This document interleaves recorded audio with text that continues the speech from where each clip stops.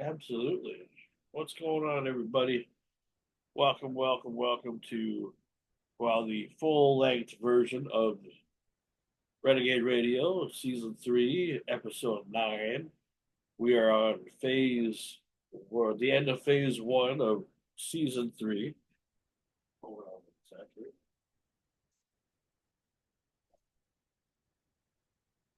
Turn it down a little bit. We're on low. I don't know if I can pick all that up. But we are at the end of Phase 1 of Season 3, meaning that we're going to be coming back here in a couple weeks here, 3 weeks from now, and we'll be back for Season 3, Episode 10. We'll start Phase 2 of Season 3. Let me get Mama T in here.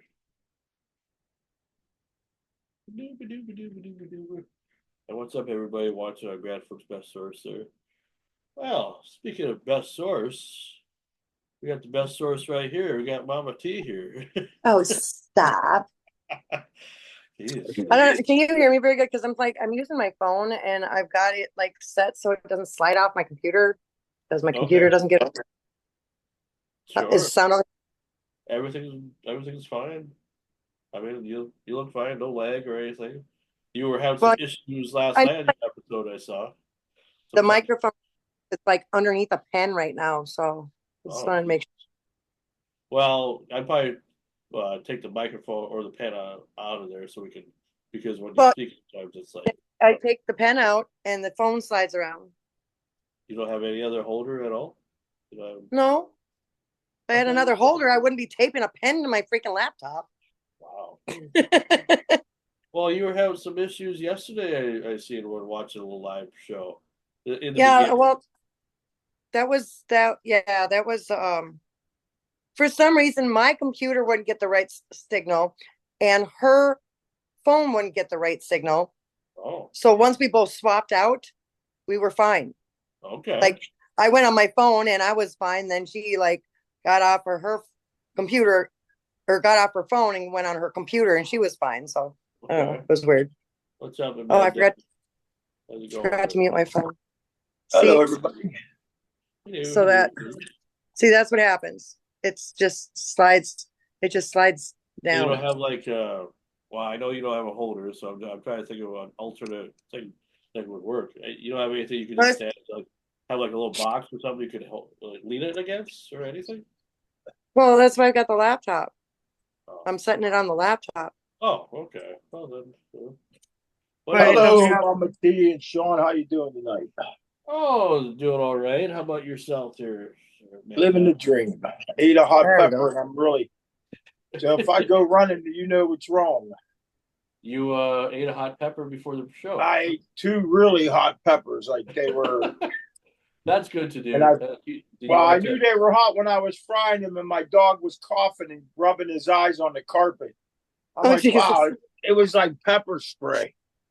Oh, so no. I took one and I just took it out of the pan and I started eating it with a knife and a fork, and I'm like, oh fuck, I'm in trouble. And now I can feel it slowly working its way down to the butthole. Oh, well, if it does, lovely. If it does go, that was just a great visual. Thanks, Sodi. I needed that. Well, I'm just going to tell you, if you see me making the 50-yard dash towards that door here, I'm not running out on the program. I'm just running out. Well, you're not doing a magic act and disappearing. You're running. We'll need an exclusive report. So how's everybody doing this week? Good. Well, it's going all right, I guess. I mean, it just. You can see that. That's what I did yesterday. What'd you do? Filled these little things. Oh yeah, they got your man's ashes in them. Yeah. Cool. I wish I was still, if I was still working, Mama T, and my company, what I did, because I did cremation and everything, we had bracelets, real beautiful bracelets, and you put a little bit in each bracelet, but I don't. And see, I've still got a lock of hair. Plus I've got, okay, he would love this, but I've got like this little baggie full of powder. His ashes, of course. Of course. And it's all rolled up nice and neat in the cupboard waiting for an urn. Oh, well, just don't smoke it. Waiting for who? Ashes. It's not anything else. Urn. Oh, waiting for an urn. Urn. That's right. I gotta see what I can do for you. Maybe I'll take a ride down if I can mail you one out or something. I don't know. It's hard now that I retired. No, I don't even know hardly anybody in the company anymore. Surprised that they would Well, recognize. see, I'm gonna be real picky about it too, because like once I find something, and that's what it's gonna be, and it's gotta be right, you know, it's gotta be just right. If I was there, I could have put his picture on it. I could have laser printed anything you wanted. Oh, it actually does. I got one of the ones that are printed on. So there was a lot of them that just had the guitar and just the silver piece, and this one actually says "Little Bobby." Okay, I'm gonna tell you what it says because I can't read it. 11/28, 75, 7/29, 24. Okay, that's Okay. that's. Yeah. Cool. It is laser printed on there, but Okay. Wow.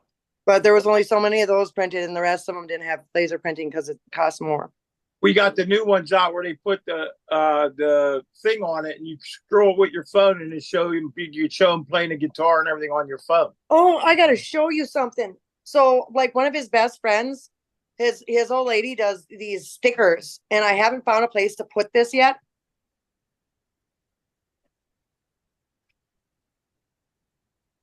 Not amongst yourselves for a moment. Oh, my stomach. I like the wall of photos now. You updated that. Oh, Can you see that? yeah. Oh, that's cool. That's Pull kinda back, like the- pull back a little bit. There you go. Now we can see the whole thing. it kinda Yeah, that's reminds me cool. of the Blue Diamond. Yeah, Phil- That's real cool. And she had to Yeah. individually carve out each of the feathers and I mean Yeah. Stick and it like in your all the car numbers and window. everything. The Yeah, Nicole, she's she got a is. car right I'm there. gonna put her link. I'm gonna put her link in here somewhere. I'm gonna find her link and because she does work like this, and the bar is currently taking orders for people who want these stickers. Uh-huh. So and I got the only gold one because she asked me what color I wanted, and I said, well, Bobby's if you're putting a guitar on there, it needs to be the blonde because his favorite guitar was his Fender, and it was a blonde. One time when he was on the stage, there was a bunch of people in there, and he says, "Babe, can you run next door?" He says on the microphone, "Babe, can you run next door and grab the only blonde that you ever let me touch?" The entire crowd looks at me like, Wow. Like, well, they're in an of course, open he was referring to his guitar, you know. Was that a Stratocaster? Wow. Oh, you know, Bob had a way. Bob had a way with it, that's for sure. Where's my brother at? Well, he's not here It's a yet. Starcaster. It's if you look up the Kingstone um Kingstone Ingram Kingfish. It's Kingfish. Yeah. It was his guitar. Oh, okay. Oh, okay. And Bobby somehow ended up with it. I've heard like 3 different stories on how Bobby ended up with Kingfish's guitar. But if you look up his albums, you'll see this guitar on one of his album covers, and it's been on like 2 or 3 of Bobby's That's now. cool. And we saw him down when we were down in Clarksdale, and we saw him at one of the little joints down there, and Bobby's like, I'm like, babe, bring that over there, get him to sign it. So I've got pictures of him like off in the corner with Kingfish signing the guitar. Lucky you didn't want it back. What's up, John? Right? These dogs don't just Jean-Claude Van Damme, what's up, man? Yeah. How's it going? I thought you were I think you left the show. I thought you were giving me the I think you finger in left the show or stereo. something at our studio. What's that? Oh, I thought you were giving me the finger in stereo. I thought you were. Yeah. I thought you were you guys. going. One of the things that somebody gave me was a package of like all these posters. So that's cool. Yeah, I know. Buddy Wow. Guy, and then Bobby, BB King, Cool. Jimi Hendrix, Mississippi Yeah. Fred McDowell, Cool. There we go. Bonnie Raitt, All right. Muddy Waters, Eric Clapton, and guess who's got the top spot on this one? Ah, Of course. I have to send you one of mine then. Yes, you do. I'll find a place for it. Absolutely. Yeah, I got my I got a bunch of different Right, I was just gonna put it in a He's frame. trying to join and he missed that part. Oh, he'll see it. He'll see it. We'll see it. We'll wait and see if he notices it in the background. I'm gonna put a frame up for his because his deserves a nice frame. Mm-hmm. That's why I haven't put it up yet. I need a few. I'll do that. So I have more photos too to put up. I just haven't put them up yet. I have a lot of autograph photos. Move my head. Can you see what that is behind me? Sure. That's Untouchable Productions. Yeah. The sign that Bobby got made for the studio downstairs. Okay. Screaming Sam, do you see what is on the top? Like, Gotta go up a little bit higher. You see that what that is? Is that me? That's you. Thank you. You're on the wall of famous people. Wall of Fame. Thank you. Yeah, you're on the top too. You're on the top too. I don't see Sean's. Well, with your photo that you gave me, I'm gonna get a frame for it. I haven't been able to afford to yet. Turn it around. I'm gonna try to. Can I turn it around? I don't know if I can turn this around. Oh yeah, I can. All right. By the time we come back, then I will have a frame for it.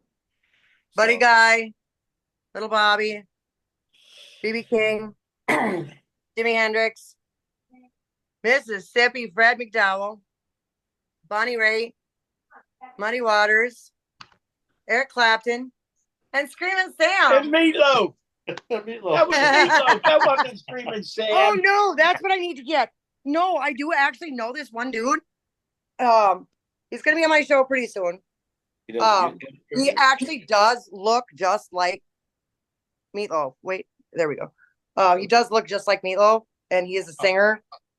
His name is Mark Anthony, and he's with a band called the Shuffle Cats. I know who he is. Yeah. Yeah. Well, he looks just like Meatloaf. And he's the Shuffle Cats way back in the day. We saw him a few times.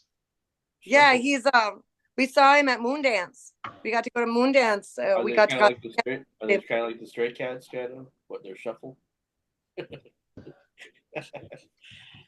All right. Oh, I should mute that. Anyway, I'm going to let you guys know that when we come back from our break in 3 weeks here, we're going to have a guest on, but we're going to do something different. And normally I wouldn't care about stuff like this, but because she's a friend of mine, and because it's somebody that I've known for a long time, and she's trying to do something positive in the community for Thief River Falls. There's a friend of mine named Lindsay Gregory, who is running for school board. Is she? Do you know her? Yes, I love her. Okay. Well, that's cool then. She's going to be on September 16th when we come back. And she's a little nervous because she's never been interviewed before. She has no idea what a Q&A is and everything. So you want us to keep it clean? She'll be all right. I need your help to make the interview good, so maybe people will see the good side of her and what she's trying to accomplish and everything. Because there's so many people that are awesome human being. She's a small little girl, but she has a good attitude, not big attitude. She has a good attitude. She's a strong person. Is she related to Hans? Hans Gregory? I don't know. Yeah. Who's that? Well, back in my day in Thief River, I had a friend there. His name was Hans Gregory. Yeah. Well, I mean, her husband, I think, has a great. Well, where do you live? I'm surprised his name ain't Hans. I met her back when I used to work at Wally's in Roseau. Oh, I'm sorry. You worked at Wally's in Roseau? Oh yeah, that was the first job. Shut up! Not Wally's. Shut up! So did I. 2004. Wally the Roseau! Holy shit! Yeah, I know. It's nothing. Back in 93, I think. There, so yeah. Okay. You mean Roseau? And then the owner's called. Man, him knocked off Joey DeRusso last week. I know him well. Y'all done, you betcha. 10 miles from the border, eh? The border, yeah. Let's go to the Angle, eh? Northwest No, Angle. the old owners, the husband, he referred to me as the odd duck. Well, he was right, I don't know why. When Halloween we dressed up and I was wearing one of those t-shirts that is made to look like it's a two-piece bikini. And then Okay. like all the other tellers dressed up as bumblebees and they put it in the paper as the honey and her bees. Well, she's married to Dave Gregory, Mm-hmm. so I don't know. That's what I say because her last name Maybe was it's Craig. Hans's kid. Maybe Well, maybe Dave is could be. Hans's boy. I don't know. Who's But Hans Franz? Gregory, yeah, Yeah, I he's a see Deep you River guy laughing. forever. Got to pump you up. Who the You got heck are you talking about? You got your audio is working this time, Lance. That's good. We will pump you up. Yeah, Hans and Franz. His ass blow But, up, we will pump you up. Anyway, so yeah, we worked together back in 2000, well, probably 2004 or 2005 in at Wally's, and boy, I tell you, that was probably the worst 3 years of my life, because I couldn't stand working at that fucking place. It was just horrible, horrible, Oh, horrible, horrible. I mean, it was That great dog dealing at hurt. the grocery store, but it was upsetting because they treated everybody. I mean, the people in charge were like treated everybody like we were military. And I got in because of my disability. I had a help, a special needs program that I was a part of at that time. So they paid me real cheap, and they treated me like I was the R word. Most of my little career that I had over there, and all I was allowed to do was bag groceries and get carts when nobody else wanted to do it, no matter what the weather was like. And while it was a learning experience, but oh, I know I want to do that shit again. Never, never, yeah. never. Putting on that face, customer service face. I just Well, I've had a that's lot of How retail- you doing?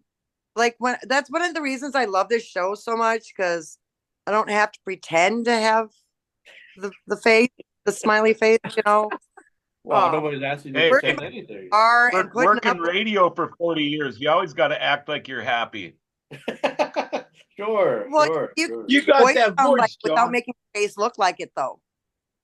When Yeah, you're in well, customer service, your face has to match your voice and your right. words. See, what And would get me is when we're on location, when we do these live remotes, Oh yeah, right. and because people could be, anyway.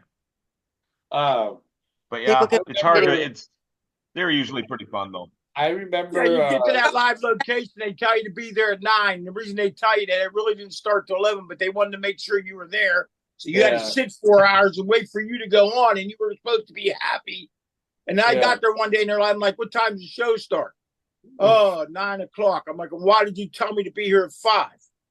I'm sitting there waiting for my match like for 4 hours in the dressing room, and I'm getting totally just exhausted, like just worrying about what's going on. Who am I wrestling? You know what I'm saying? Yeah. I'd rather walk in 5 minutes before the match, put my stuff on, kick the shit out of somebody, and go home.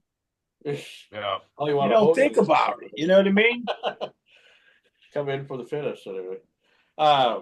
No, I remember when Terry Olson would come in the afternoons, like certain when they were having like a super sale, super sale at Wally's or the mega sales, and they had to do the remotes, and I was just, it'd be kind of fun watching him like get all excited about being hang out by the melons or whatever, or oh, we're in the pickle aisle. We got a big sale on pickles this week. Of course, the melons. Yeah. Oh, we're here by the fruit. That's where I always parked.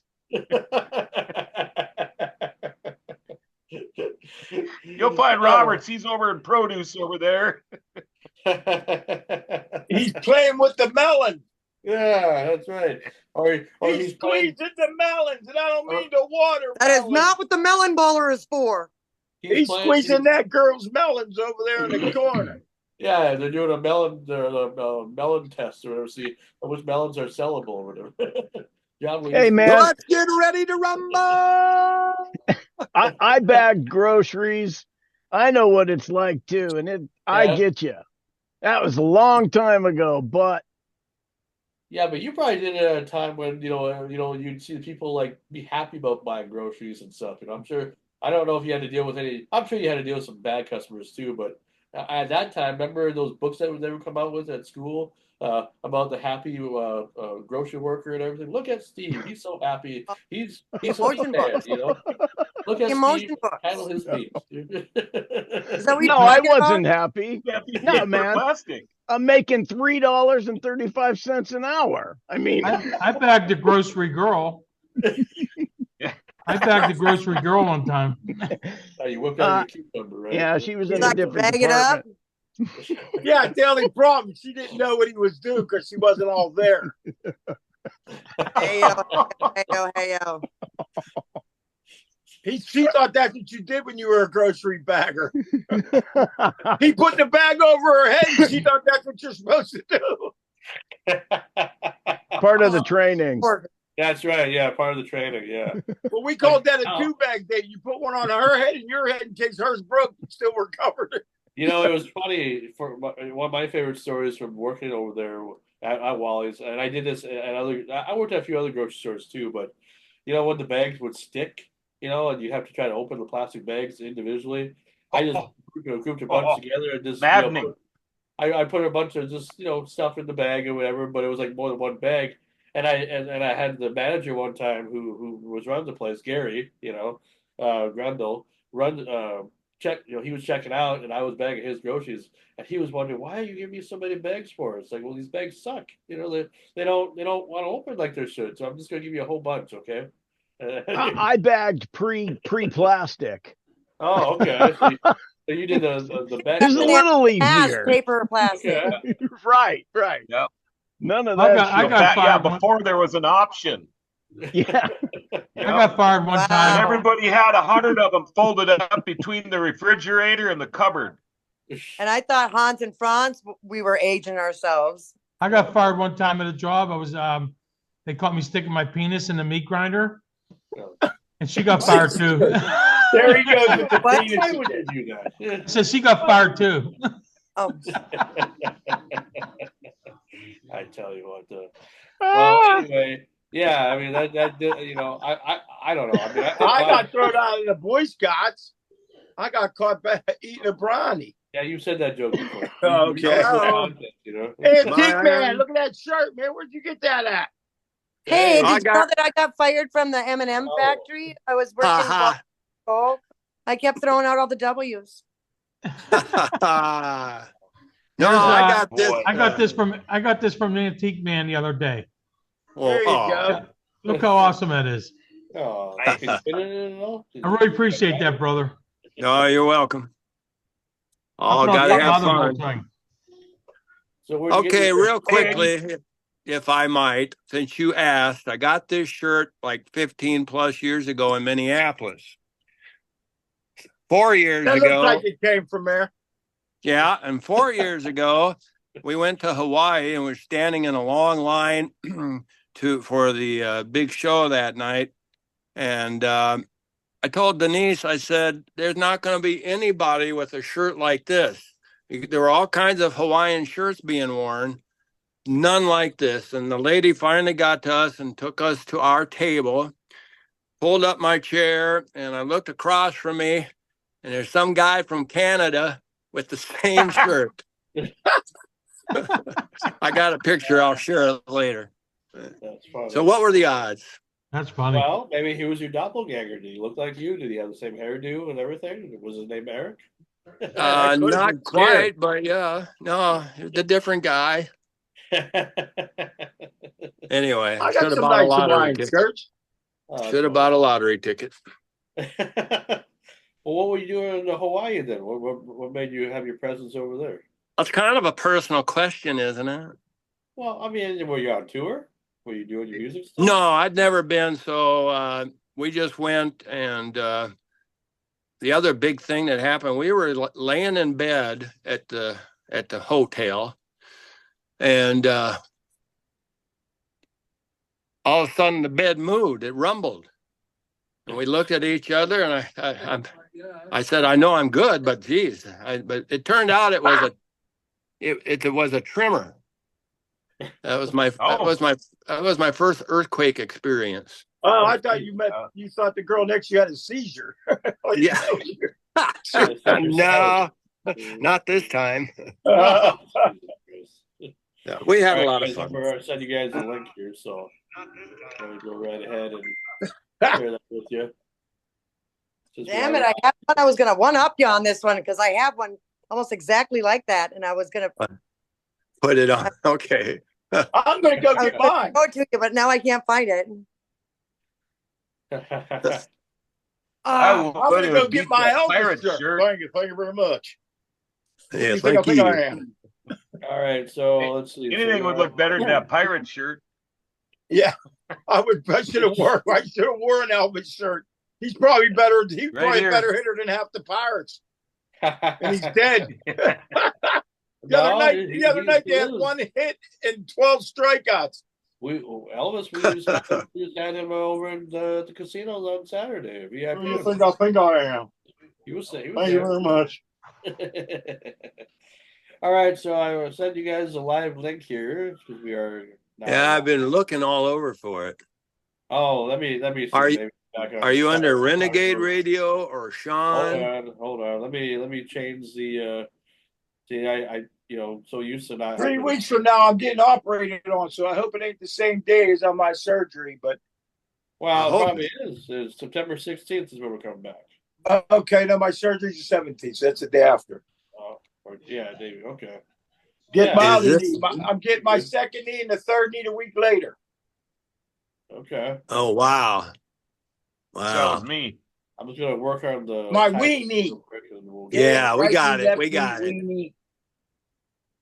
Come on, I'm trying to work here, guys. Let's go. I got 5, 6 guys on the panel. No one's helping me. So what you're saying is it'll be a minor surgery. I was in bad shape. A minor procedure. Yeah, it's a little procedure. They're gonna make it big. They're gonna make a big thing over it, you know. Yeah, I'm sure you will. Big thing, huh? That's not what she said. Well, she did, not to you. No, he goes to have surgery. He goes to have surgery to make it smaller, is what he's trying to do. So it's like he just doesn't want one. A reduction. A reduction. He'll not let me. He's not getting an addictomy. That's the procedure the lesbians need. I'm getting a hysterectomy. Crabby women and they can always take. They can take that new medication and want cocks again. Yeah. You and you guys jokes. That's a lesbian medication. I want cocks again. Yep. Oh God. I'm sure we covered that before. All right. Well, anyway, shut up, Sean. Whatever. Hey, you guys use your refresh button. No, that's try cocks again. Try cocks again. Maybe you. Oh, there you go. Try cocks again. Anyway, I'm having a bad time with my camera again. Any hooter. Anyone will do it. They're all we're awesome. gonna get the show started, I think, now since we're all live and everything ready to go. I know it's a little. Well, yeah. But on the big screen, all I this. get is your old show, comedian Mayor Webb. You might just have to do a refresh because I did send it to public, so everybody can see it. So all right, that worked because I don't know what else to tell you. I look like I'm Jesus.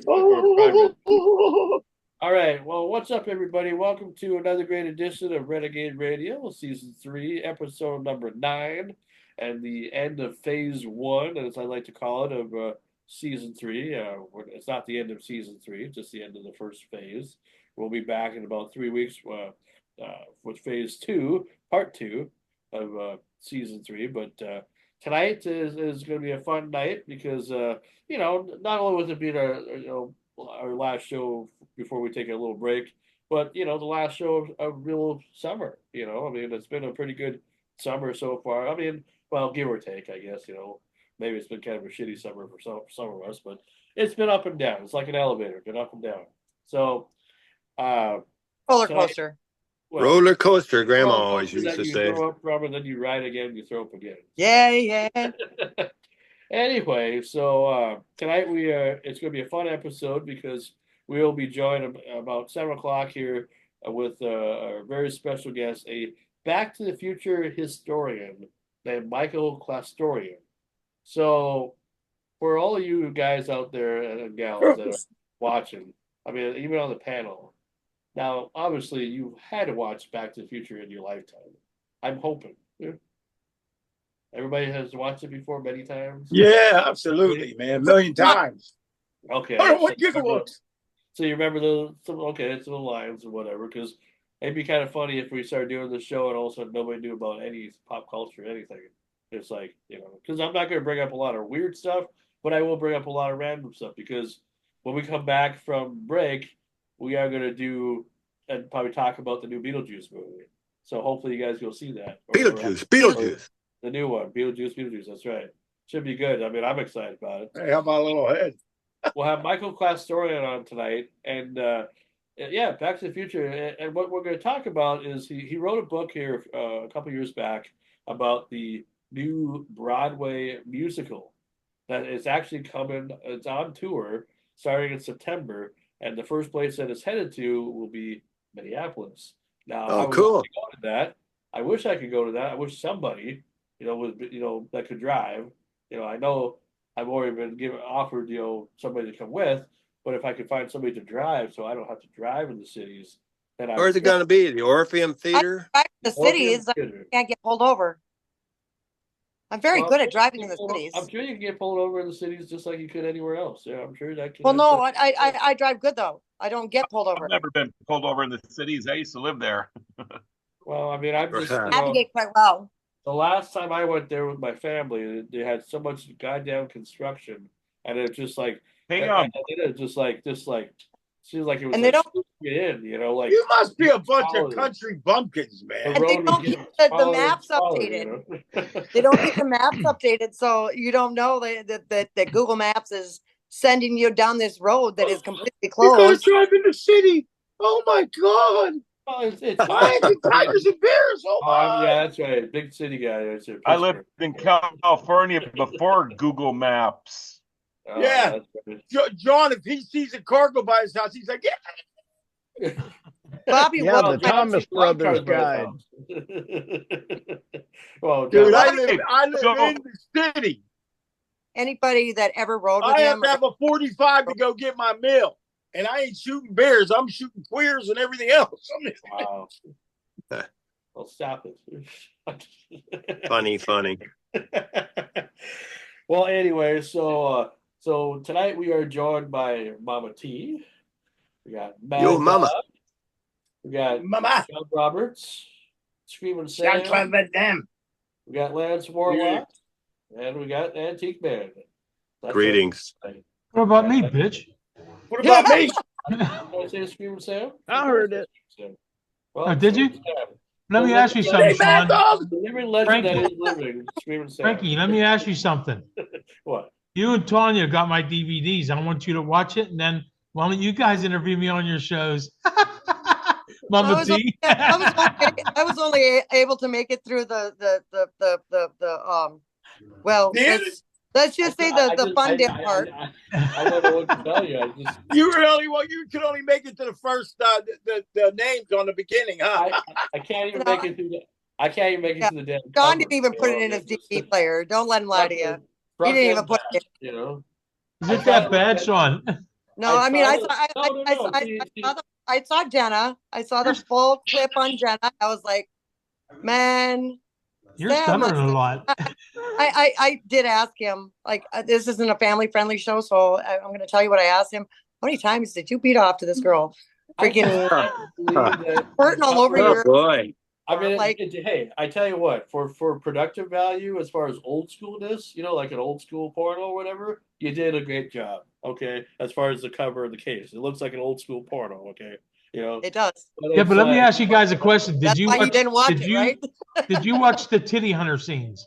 I haven't got that far yet. Because it's like a special, it's an extra. But I was asked to do a movie on that. If these guys from New Jersey actually come to Florida and want to do a movie on the titty hunter, which is me, and my producer turned it down because he says we don't want to lose the content. And he goes, yeah, but after 2 years you can have it back, which we should have did because we never did that with it. And if you see it, it's pretty funny. Okay. It's like me trying to act like a crocodile hunter with boobies. I want to see it just because, like, the only porno I ever remember renting was called Ass Hunter. Like With the Ron dude, like Jeremy. literally, Oh, that's the only one I probably didn't and he see. was looking for this certain girl that was supposed to be involved in a crime, and she had a tattoo on her butt. And he would like put mirrors on his shoes and like slide his shoes underneath the girl's skirts and shit. Wow. I think that's the only. Hey, I think that's the only one I didn't see. Where can I get that at? As long as it has a good No, I plot. got it at the old T59 in Thief River. Hey, I You used to have remember a that, gallon don't you, of John? Garbage lotion. As long as it has a good plot, I guess a porno can be just wonderful. It did actually have a Watch plot this. for a porn. It had actually a halfway plot. They always have Oh, great wow. music, so Yeah, There wasn't a plumber. There wasn't a Oh. pizza guy delivery. I mean, Lance, you can be in charge of the porno music then. You can do the score. Because you will score after that, probably. love it. Actually, I could make you a copy of some other shows and send them to you too. You'll die. Yeah, Johnny's in them. No, I'm not in them. He's right so next to what's his name. okay. Raise your button, John. Let me ask you a question there, Sam. And maybe this is a stupid question, but I'm going to ask you anyway. Because you're the host of your own show, how come you didn't actually get involved in actually any of the? Because I respect my wife and I love my wife and I would never do that. Oh, but I thought you Yeah, liked porn. I could see that. Yes. That you wouldn't even you wouldn't do the fun dip. You wouldn't even like No. you didn't. It wasn't you that put the panties on your face. Even like you Right. didn't even want to smell that. Like I wouldn't disrespect her like that. And Yeah. I never did do anything. If you've seen Yeah, some of the you other ever seen videos his where they wife? jump over the desk at me and they hurry up and clear that mess because I don't want that. Yep, Yeah, you yep. ever see his wife? His wife's like 30 years younger than him, very pretty. Yeah, I get that, but I mean, so she didn't give you permission at all. So she's just like, no, don't do that. So she found out one time I was spanking her with my hand. She asked me not to do that, so I got a paddle. Yeah, because Jenna did ask you. I remember. Sure, yeah, I remember the paddle, her there you go. asking you to spank her, and I was That's the thinking, paddle. is straight laced as your wife came across, and Quit sexual it. as you were, I was surprised that you were actually placing your hand on her ass. I'm professional. I really am. Yeah. When it comes to that stuff, I'm professional. That's I- why I- Sean picked me to be co-host. That's right. I'm Yeah, you're a professional. professional. Well, he is a professional. Professional. That is why I picked him. I mean, because he had good vision, and I like. Johnny So, is like- a professional. No, you are. You are a professional. Like I'll tell you what, guys. I wish that we all did live together because it's true. I lived. All of us, my guys, got together in one room and did the shows. I guess you know what I mean. And it is so much better. I would have loved to do a show like that at Grand Forks or what is it, Grand Forks, That's right? why we have so much fun at the studio. Right, We're I know. gonna come down someday. Me and John's gonna jump in a van and go, man. So I could go, but you won't go. You're a pussy. Let's I'll make it go. reality. You guys keep talking about it. Let's make it a Hey, reality. why is that a negative term? Why is that? I thought men love pussies. Why is that a derogative term? You're a I've giant. never understood that. Yeah.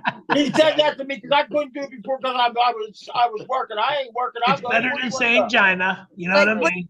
When dudes call each other pussy, it's like you do realize that's like the strongest muscle in the female body, right? Oh, I it is. didn't know I that. see what come out of there. Point. All right, Never can was we the can same we after get on that. to something? I shoved a lot of stuff in there. We got the people from Grand Forks Besters watching us too. And I don't All want right, we're going south here. Let's change the subject. I don't want to. Hey, John all to get I'm saying canceled. is, if you guys do come up here, do it in the summer. Don't do it in the winter. You'll Or never do it want in the fall. Do it in the fall. You got time. I No, believe there's just that. way more things to do in the summer. Yeah, Just but way you more can still things do it in to the do. fall.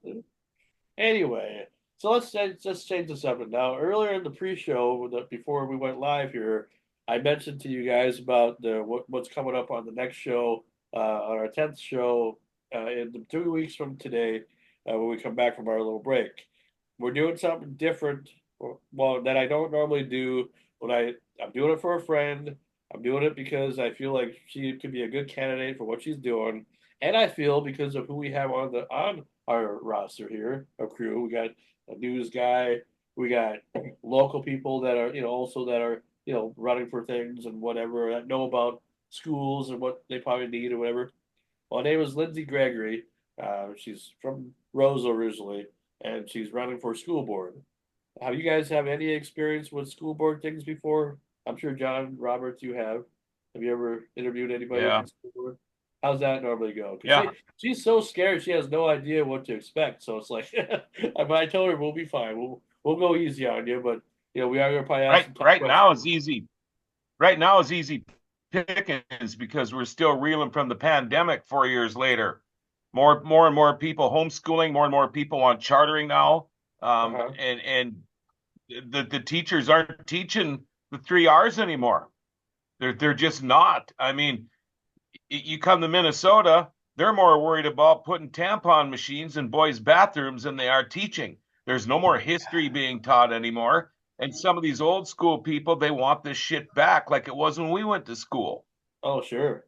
So it's These critics. easy interviewing these people right now. Believe me, for school boards, that's when the pandemic was going on and kids were being homeschooled. I mean, I'm not kidding you. You grab a case of beer, get yourself a big bowl of popcorn, and then you watch the school board meeting. You watch the stream, and it was crazy. I mean, people were getting escorted out by the cops, and and people wearing masks and not wearing masks, and it was like a heyday. It was fun. see, It could be a good problem, show. one of the problems she's facing right now, I think one of the things that's getting her all fired up is the fact that the school board is passing this thing that says that they already have vape detectors and cameras in the student bathrooms. That's illegal. Really? I didn't know that. That's illegal. They can have the detectors. I got no problem with the detectors, but not cameras. But I know. then again, if they budget the money, why not have a bathroom monitor? Dude, I mean, would drop my drawers and Minnesota, scratch myself. I mean, it could be. Here's the deal. It could be it could be a guy in the girls' bathroom in Minnesota. That's not the deal. The issue is, oh my God, was he vaping? Come on. Yeah. No, Why- he was I'll in there tell you what, buying a tampon. Okay, we're good then. Okay, wait If I a had second. kids, I just saw her post. I need to clear this up before this because this is live. She says on her post, it was pointed out to her by a concerned parent that there would be cameras in the bathrooms. That is not true. The article was definitely worded wrong. There will be vape detectors in the bathrooms and cameras in the hallways just to keep kids from vaping at school. That sounds right. Yeah. because there's cameras in the bathroom, cameras in the bathroom. I tell my kid to go right up to that camera, drop his pants, and start scratching himself right in front of him every day. I said, And and let us you'll be spread able to vape come behind you. home tonight. Oh. I Well, the other guarantee thing they that they're- stop having them cameras on. The other thing It's- that they're dealing with, I guess, is the 2 mile walk zone issue, which I guess growing up in a small town, we didn't. I never had this issue because I live real close to my school. So walking to school wasn't a big deal, but now they're kind of making a big issue about people who live. Oh, I walk to school uphill both ways.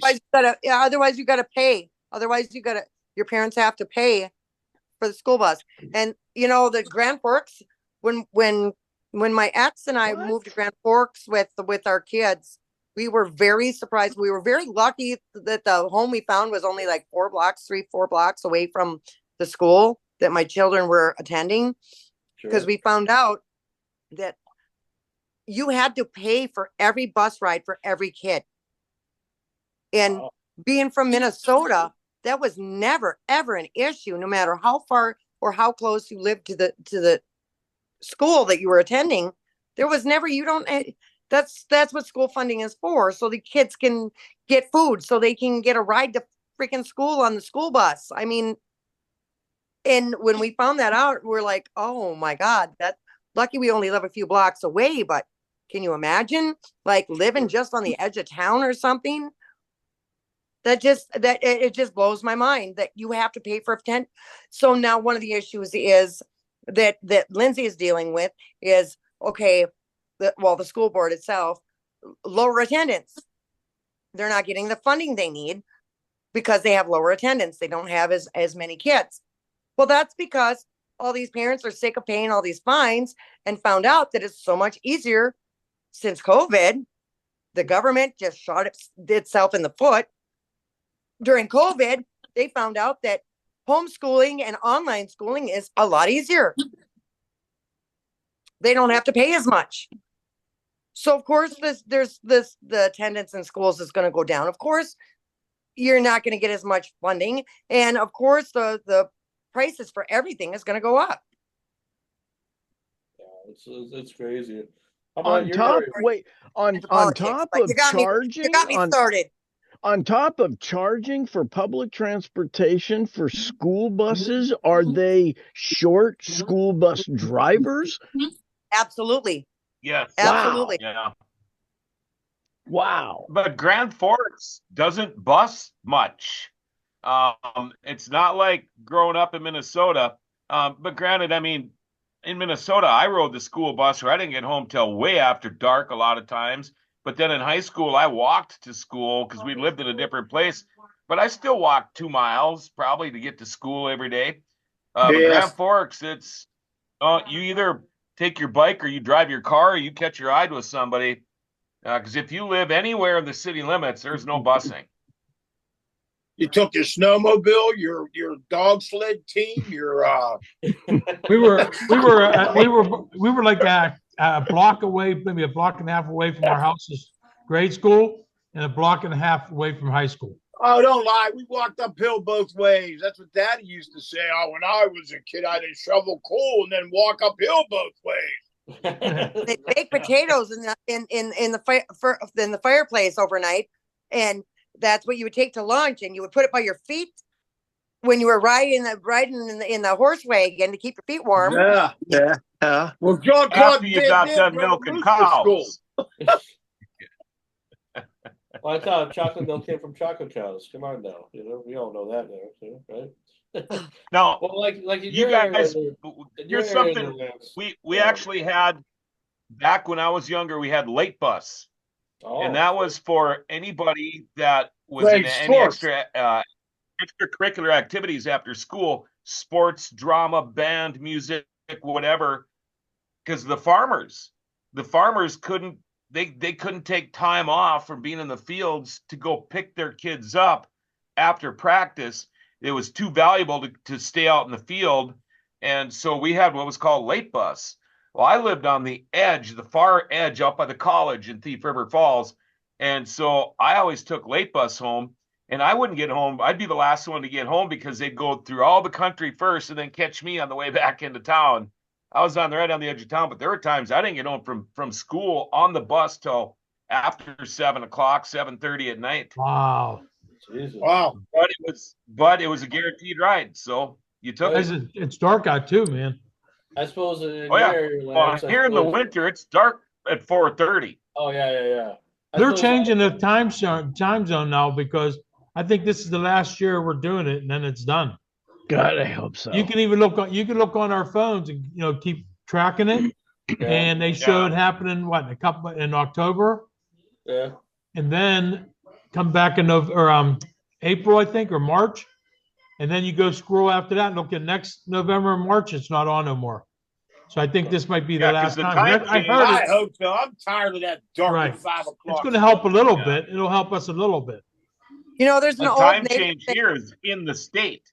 So part of the state's in one time zone, the other part of the state's in another time zone. That's crazy. There's an old native saying referring to the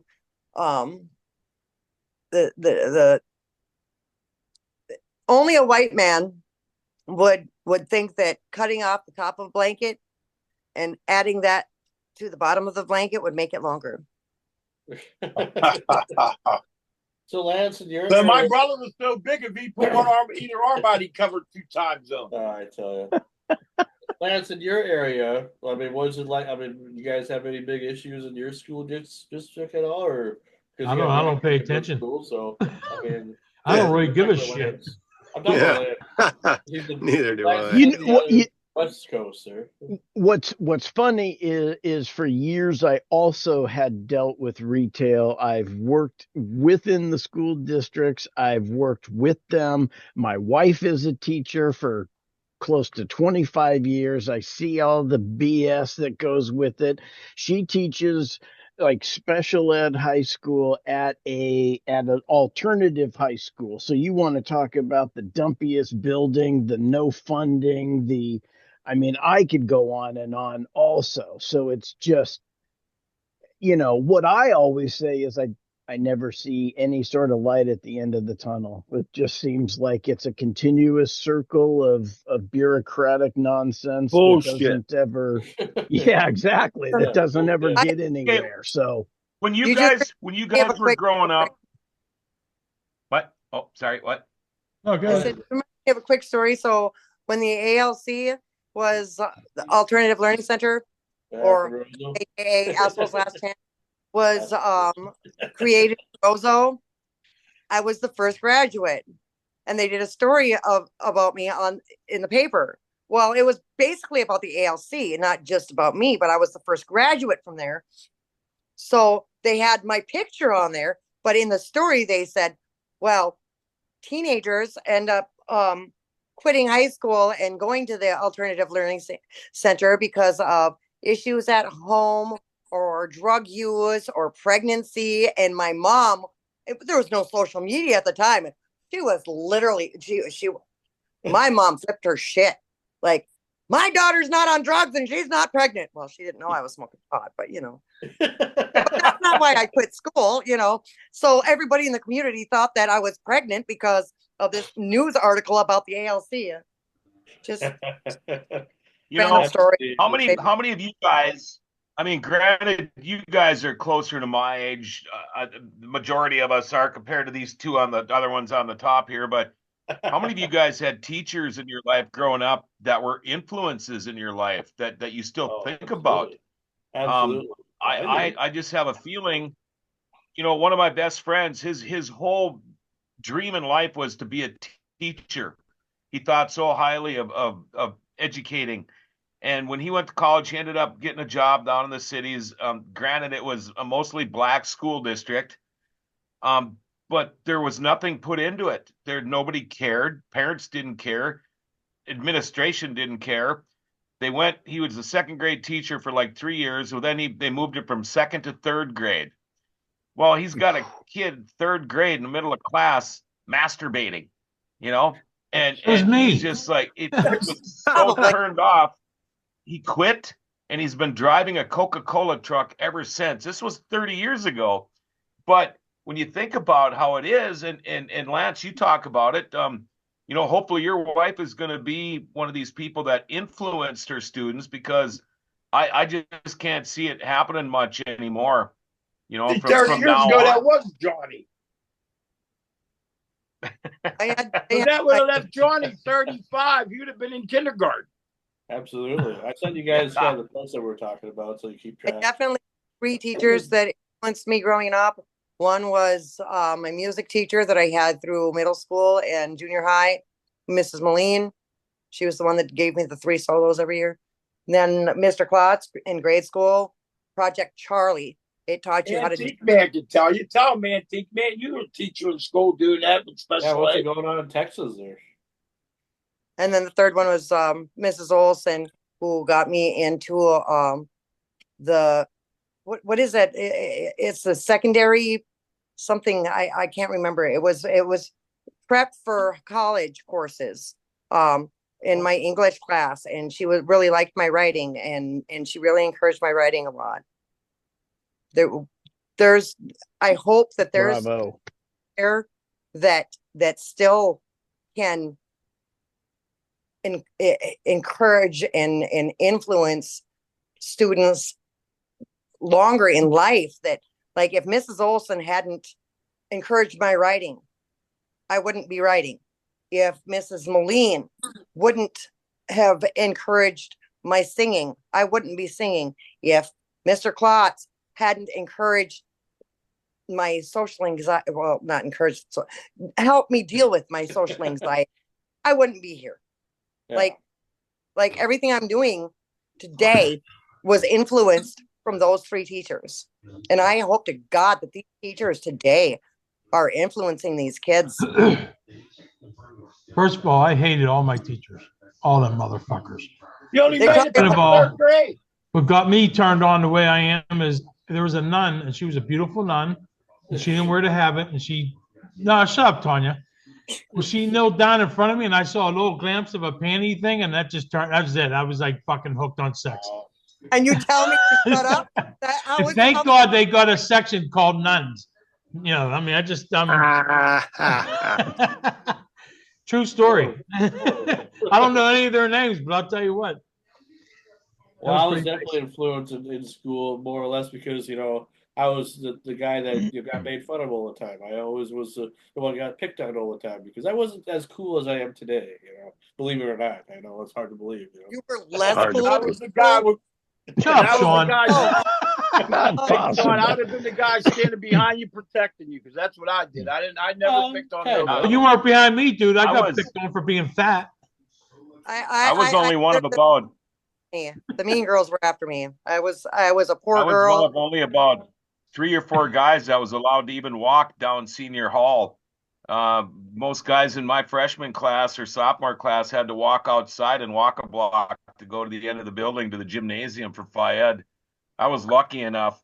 I hung around with older people, and then I sold them doobies at the side on my locker, and I played sports. So we all got along just great. They let me go down to senior hall. My Nobody messed with me. Nobody. was when we were in. You guys keep reminding me of these stories, and I'll try to make it short. But you know me. There was a bully. There was a bully. He bullied everybody. And in junior high, we had to run all the way around Rosa High School for a Phi Ed. That was our warm up to run all the way around.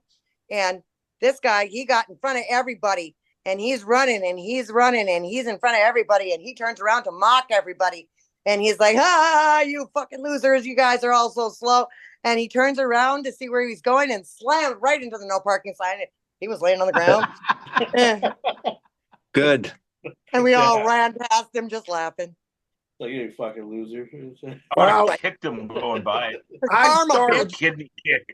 started football when I was a freshman, and the first kid that called me fat, I punched him straight square in the nose, and nobody bothered me again. And I protected all the kids like that. did that in jail. I did that in jail. The first guy fucked me. I punched him. I got beat up real bad. Mad Dog, you didn't go wrestling. Kind of what? You were a wrestler. Jill. I think I missed Mad there. Dog? You meant fuck with, right? No, they fucked in the ass. No, I mean like when you were in high school or whatever. Maybe I don't want you guys to come up here. Right. You can hear me. I loved high school because Hey, what did you say, Sean? No, what I was trying to say, I was asking Mad Dog a question because since he was a professional wrestler, did you ever do wrestling in high school at all? No, we didn't have wrestling in high school. Oh, We were the only high school that didn't have. Our city league didn't have a wrestling program. okay. We had football, and then that was it. Football and baseball I played.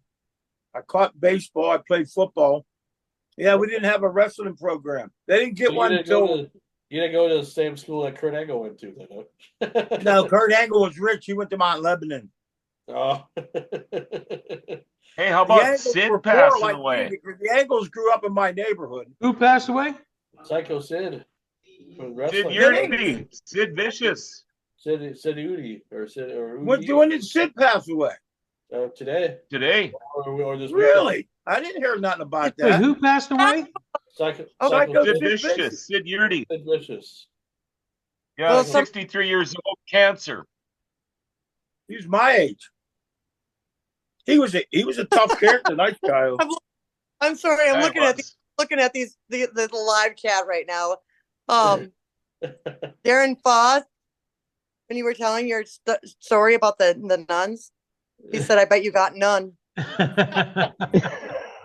I seen that. And Johnny's lying. All our nuns are so ugly.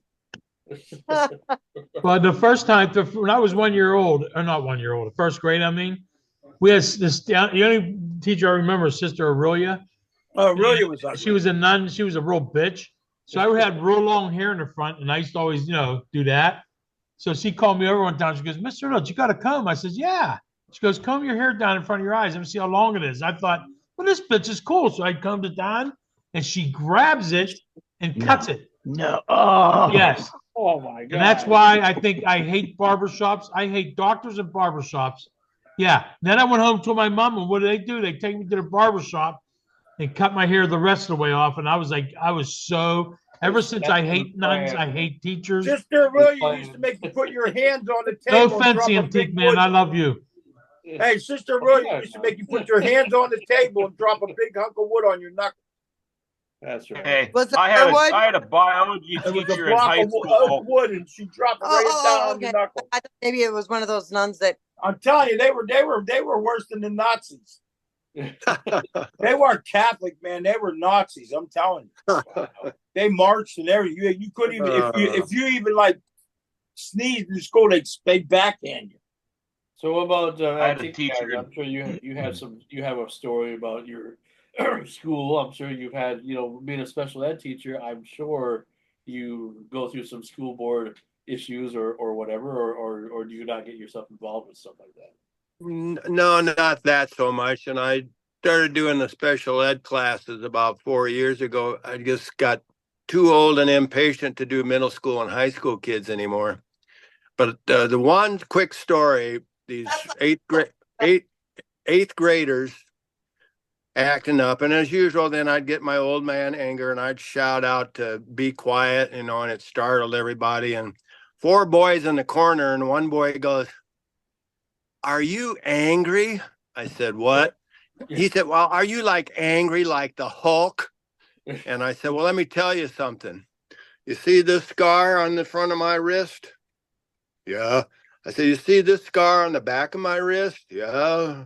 Now I got all their attention. I said, "This is where the bullet went in, and this is where the bullet went out."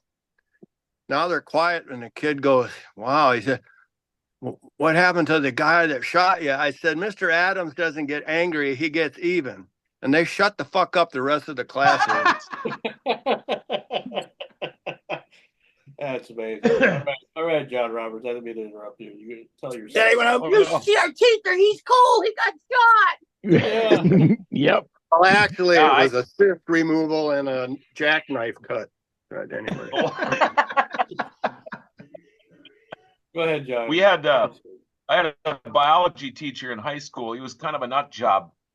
He had he had these purebred Arabian horses. He lived out in the country, and he had this beautiful pre-stressed concrete barn with these individual stalls for all these horses, and he had music piped into him, and he was divorced. He didn't never loved his wife, he claimed, but he loved his horses. But anyway, he was an Golden Gloves boxer. He was a nut job, man. He hung a kid out the window by his ankles out of the classroom. Not a big deal. We're third floor. We're on the third floor. And that was Michael Jackson? No, it was Mr. Ball, and yeah, he caught me cheating in a test, and he punched me in the chest so hard.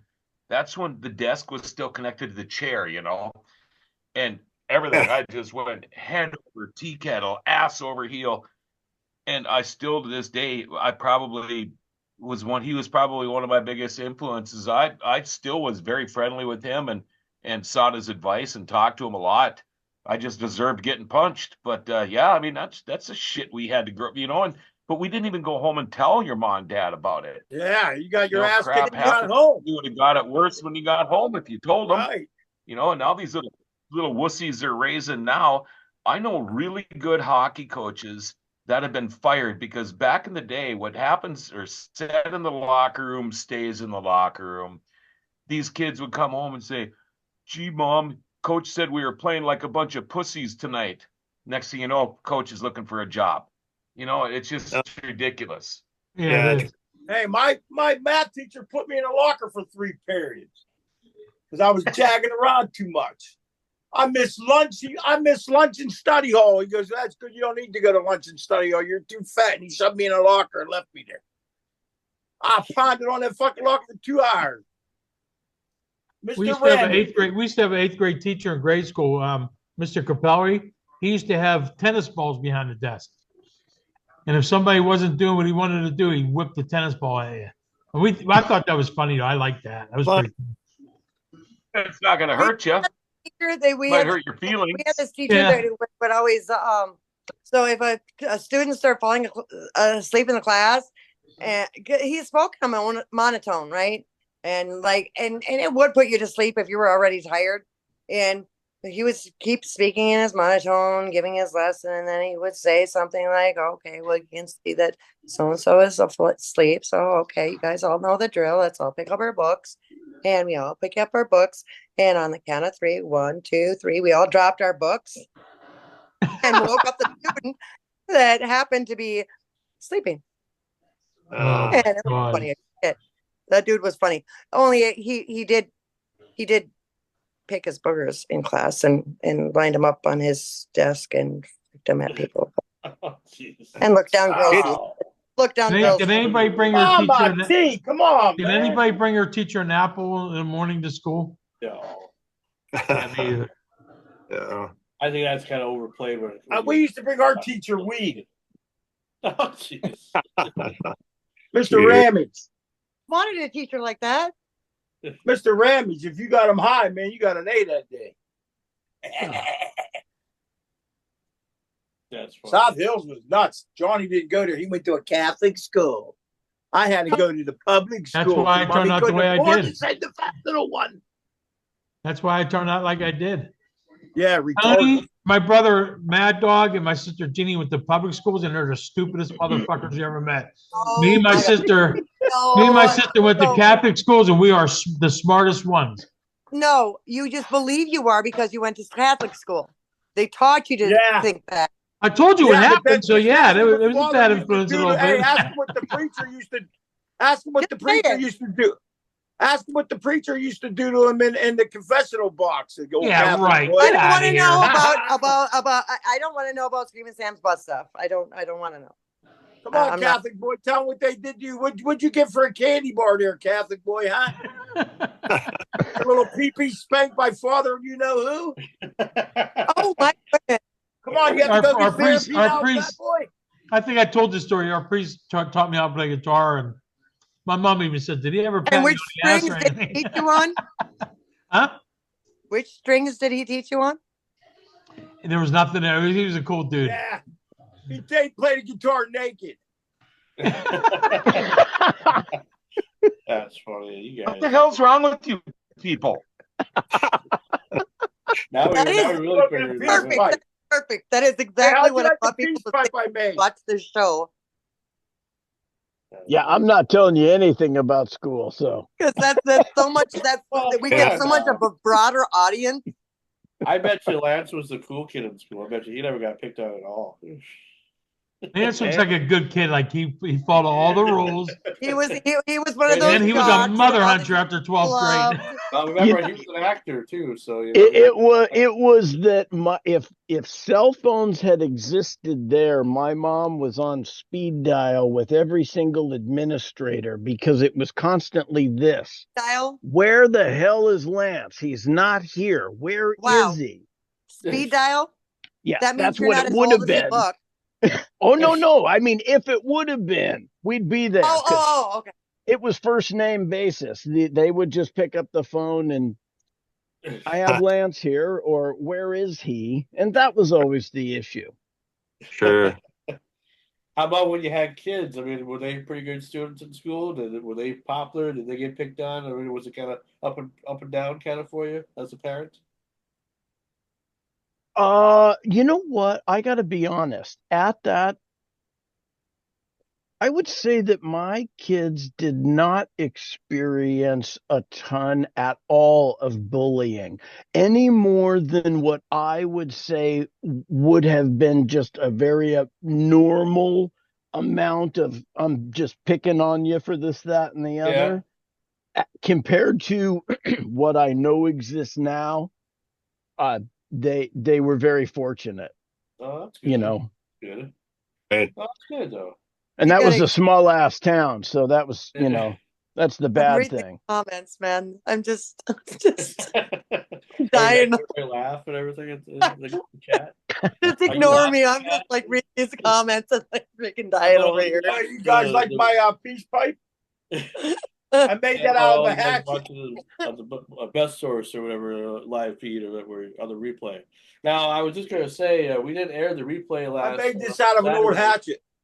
of last week's show because we Love it. aired the show brand new, and the way Paul wants to do it now from now on is that if we come down to the studio and do a studio version of the show, then that will be the only airing of it on the best source for that Monday. So because it's too much BS with too many channels to remember, and it's like if we were to do a replay of that episode that we just did last week, then and record another YouTube video, and you don't need a copy of a copy. So it's like He would have been I there get late it. downloading everything.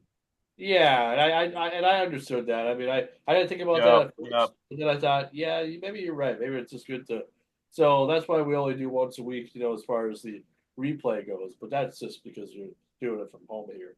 But the next time I want to come down there, and then I will let him, I'll ask him if it's available. But my birthday, September 30th, I want to do a birthday show over there. Yeah. So that'll It's be coming up. a little over a month anyway. I'm pretty sure we know the owner. How old will you be? 41. By the way, when the beet harvest starts, I'll be off. I'll be gonzo. Okay. So That's so usually you're gonna 10 be picking days off? to 2 weeks. Yeah, you got to go pick Huh? the beets. You got to go pick the beets. You're gonna be doing the beat No, I off? don't pick them. I drive them. I drive a semi. Oh, it's good money. I basically Good work. money. Good money. I probably work 18. Well, I probably work about 18, 17, 18 hours a day at that time. Yeah, that Sometimes pays well. longer. Because I mean, I jump in the beat truck at noon or 1, and I go till midnight. Well, then you're wound up, and you get home. Maybe if you're lucky, you get to bed by 2, and then I get up at 5:30 to go to work again and do it until as soon as I leave. Sometimes I even change clothes at the studio and go right to the farm shop and jump in a semi again, and here you go. Man, you do So, everything, but don't it's you? crazy couple of weeks, but huh? You do everything, don't you? Are you the mayor and everything too? No, Absolutely. I live in the country. I can't be. No, it's just I bet you're the there's these sheriff, the opportunities mayor. up here. No, but I'm friends with some of them. So no, but there's these opportunities up here to do that kind of stuff where the beet harvest up here, you guys, is crazy. I mean, it is a production like you would not believe. It is controlled chaos with semi after semi nonstop going to all these different places and people in and out and conveyors and up and down and it's nonstop 24/7 until it's done. It's crazy that my semi last year ran for 13, almost 13 straight days without being shut Wow. off. I mean, You that's get just bothered a lot crazy. by the DOT. You do. You listen and you follow along on the radio. Everybody's always talking on the two-way, and they'll tell you where there's somebody set up, and if you're overloaded. We don't overload. It's just not worth it, you know. So, Yeah, my and the company guy we didn't know drive that. for, I can stop and pick up my wife. They don't care if she rides with me. You don't need a CDL for farming. If that's what you're doing for a job. Oh, really? 'Cause I Otherwise have my CDL and they'd everything. never be able to get the car. Yeah, they'd never be able to get the harvest. You just have to have a driver's license, and you can go get a job for a month at the factory here. It's straight down the road from my house. No drug tests, no nothing. They hire like 1,100 And temps, see, you know. and that's a good thing in a way, but in a bad thing, there's so many people that come here just for that job that can't even read English or read street signs and have no idea how to drive. And that's why all the radio stations are like, drive freaking careful.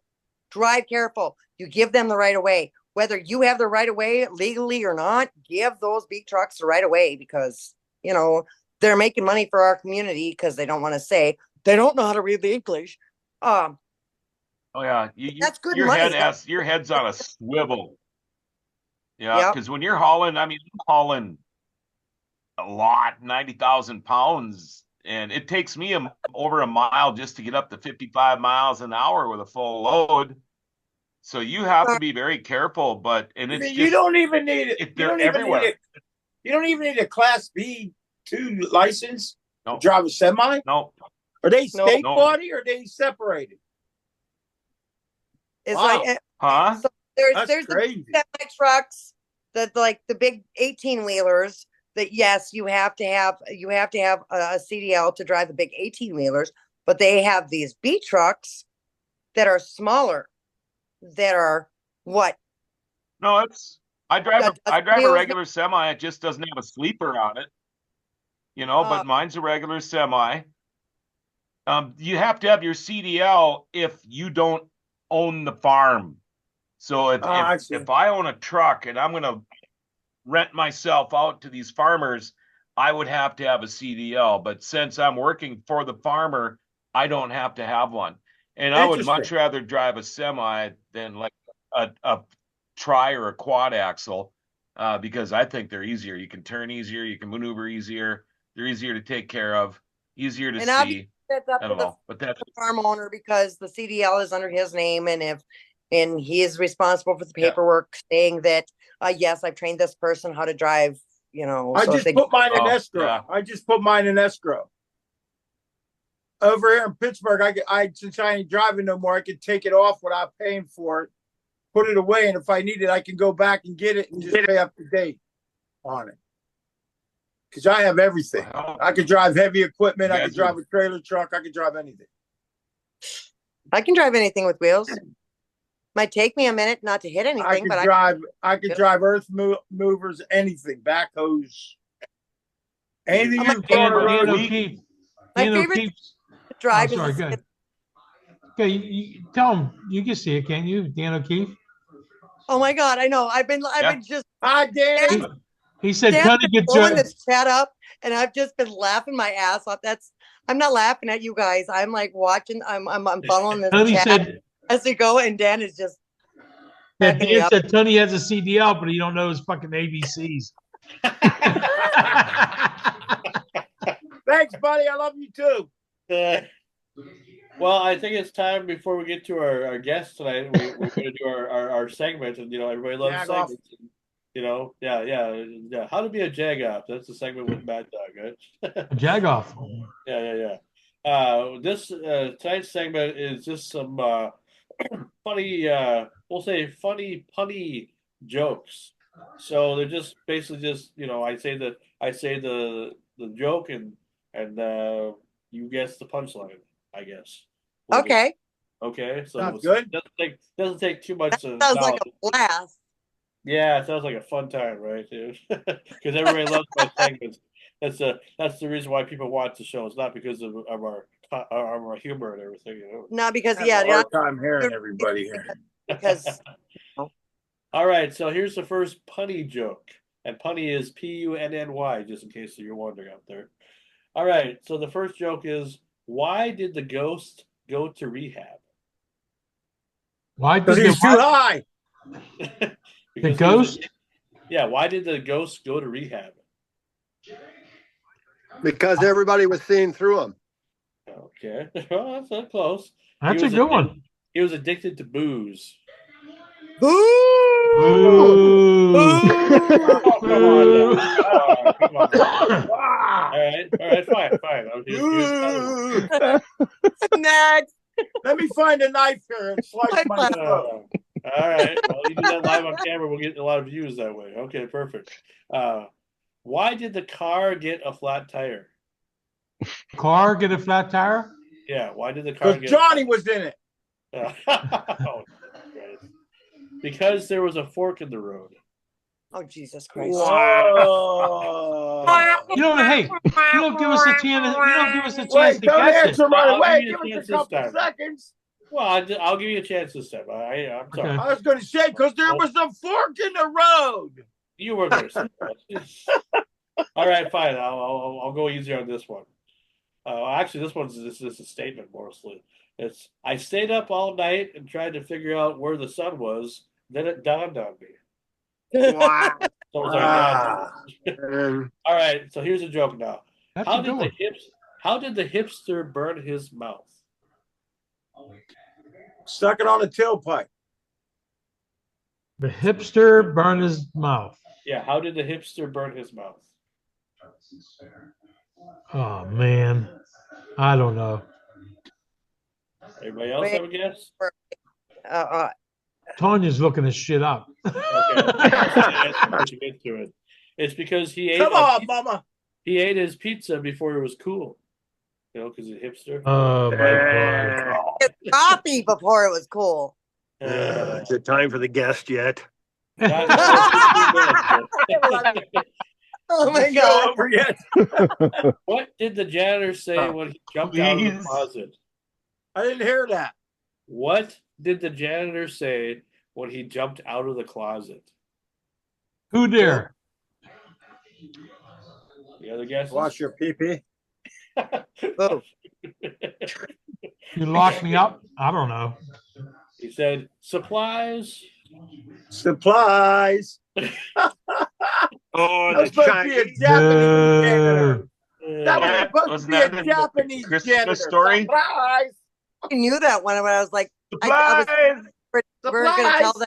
them joke, but then I was like, wait a minute, yeah, he is, and just as I That was should have thinking, been, you know what that should have been? A Japanese What did the janitor say with the speech impediment when he jumped out of the locker? No, it's supposed to be what did the Surprise! Japanese.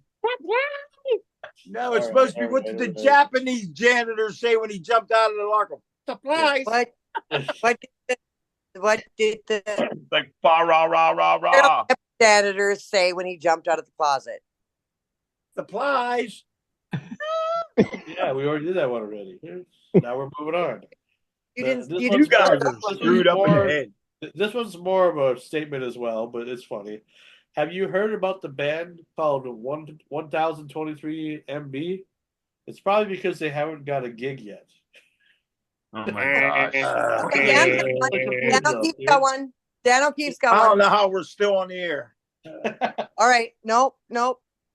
Dan O'Keefe says if a cowboy came to town on Wednesday and stayed 3 days and left on Wednesday, how did he do it? I didn't know we were doing I basketball. know the answer. Cowboy came cowboy. to town. I don't know. He hasn't posted the answer yet. Come on, Yeah, he said Dan. a cowboy. Oh, he meant cowboy. Yeah, what's the answer, Dan? A cowboy came today on a Wednesday, stayed 3 days and left on a What? Wednesday. Thursday, Friday, Saturday. How do you do that? He's Saturday. He's Saturday. Oh my God. He's Saturday. Oh, wait, Saturday. his horse was named Wednesday. Good job, He Dan. Why- came to town on a Wednesday. Yeah. The horse Why did was the- named why did the I Wednesday, rode cowboy- his horse into town on and he Wednesday. left on a Wednesday. Let's do it. Why did All the right. cowboy buy a dachshund? Why did Good the job. cowboy buy a dachshund, a wiener dog? A Dotson and a dog. Why? Well, dachshund's a wiener dog. Why did the cowboy buy one? I don't know. He wanted to get along, little doggy. I've heard that one before too. Yeah. Yeah. All right, here's we were talking about school and everything. So here's a school joke here. Yeah. Okay. Let's see. Hold on. Okay. Why should you wear glasses to math class? So you can see the answers. Okay. So you can see division. Well, you're close. You're close. It says because it helps with division. What do you get? Help with division. Everybody Get knows this division. one. Help with division. Everybody knows this one. What do you get when you cross an elephant with a rhino? I said that already. I didn't hear it. Elephino. Elefino. Wow. Say it again. Good Play thing it my again, gun Dan. didn't boom. Yeah, don't shoot yourself. Well, let's What's see. the difference? What do you get when you cross an elephant with a rhino? Yeah, Elefino. Elefino. Elefino. What do you get? What's What the do you difference? What do you get if you cross a blonde with an owl? A fucking know-it-all. Oh, fucking know-it-all. Yeah, there you go. There you go. Wow. You know, the fucking part is. Never mind. Never It's mind. funny if I have to explain it. Here's another funny joke. Why did the birthday boy wrap himself in paper? Wait, well, I didn't hear that. Why did the birthday boy wrap himself in paper? In paper? Yes. Because he was gifted. Close. Because he wanted to live I in the know. present. Oh. Oh, he wanted to leave what impression? He wanted to live in the present. Oh. Why did the blonde write TGIF on her shoes?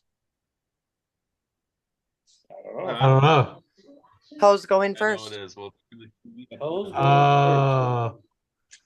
a good one. Why did the blonde use lipstick on her forehead? Because she wanted to make up her mind. Why did the blonde? Why Why wouldn't the blonde buy a VW? Because she didn't know how to spell it. Wow. Okay, I'll do one more joke and then that'll be the end of this segment. And you guys can. Okay. Just one. I knew a blonde that wanted to be Just because you're the host, you get the last joke. Well, I mean, you can if you got any more after me, that's fine, and I'll send the invite to our next I'll run the show out on blonde jokes. Trust me, my ex sister-in-law and my cousin were best friends, and I had to learn a lot of blonde jokes in order to. I can run the show out with a guy with no arm and leg jokes. Matt? Yeah. All right, here's my last joke for tonight. Okay. What do you call a dog that's been run over by a steamroller? I heard this one. What the shit? Blonde who has been run over by a steamroller. A dog, right? You said? No. He said a dog. Oh, a dog. Oh. I don't know that one. Tea. It's almost like she's looking up answers. I thought she was on the bathroom. I thought I had that one. The answer is Spot. Oh my god! It's what? Spot. Wow. Wait, what was it? Spot. That was our dog's name, you little.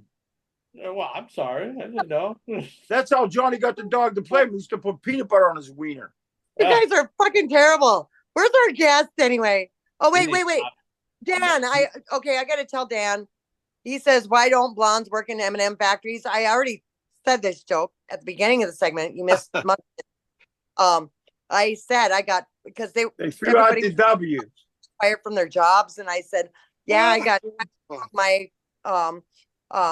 customer service or not customer service, quality assurance job at the M&M factory because I kept throwing out all the W's." I used to eat them. It was so funny the first time you had to say it again. I eat all the W's. Because Dan just said, "Why don't blondes work in M&M factories?" And then he answered it with, "They throw away all the W's." I already told that joke, dude. Tune in sooner. Dan, Why you're did you way there. do a Mexican? That goes to show how much Dan pays attention to our show. Right? Jackass. Okay. All right, well, I sent our guest is actually what he just said. I missed the beginning of the show. I was late. Obviously. I sent Michael the invite, so he'll be here pretty soon or whatever. That's like this Dan. Dan calls me at probably midnight or 1 o'clock in the morning to ask me a question. I went to bed at 10. Then he leaves his phone number to call me, and then I call him, and he fucking never answered it. What the fuck, Dan? I go to bed at 10 o'clock. I try to go to bed at 10 o'clock because I get up early every morning. And you answered me at midnight. I'm not going to see it till 8 later. Oh, he says he's busy rolling joints. I just got done smoking. I'm messed up, man.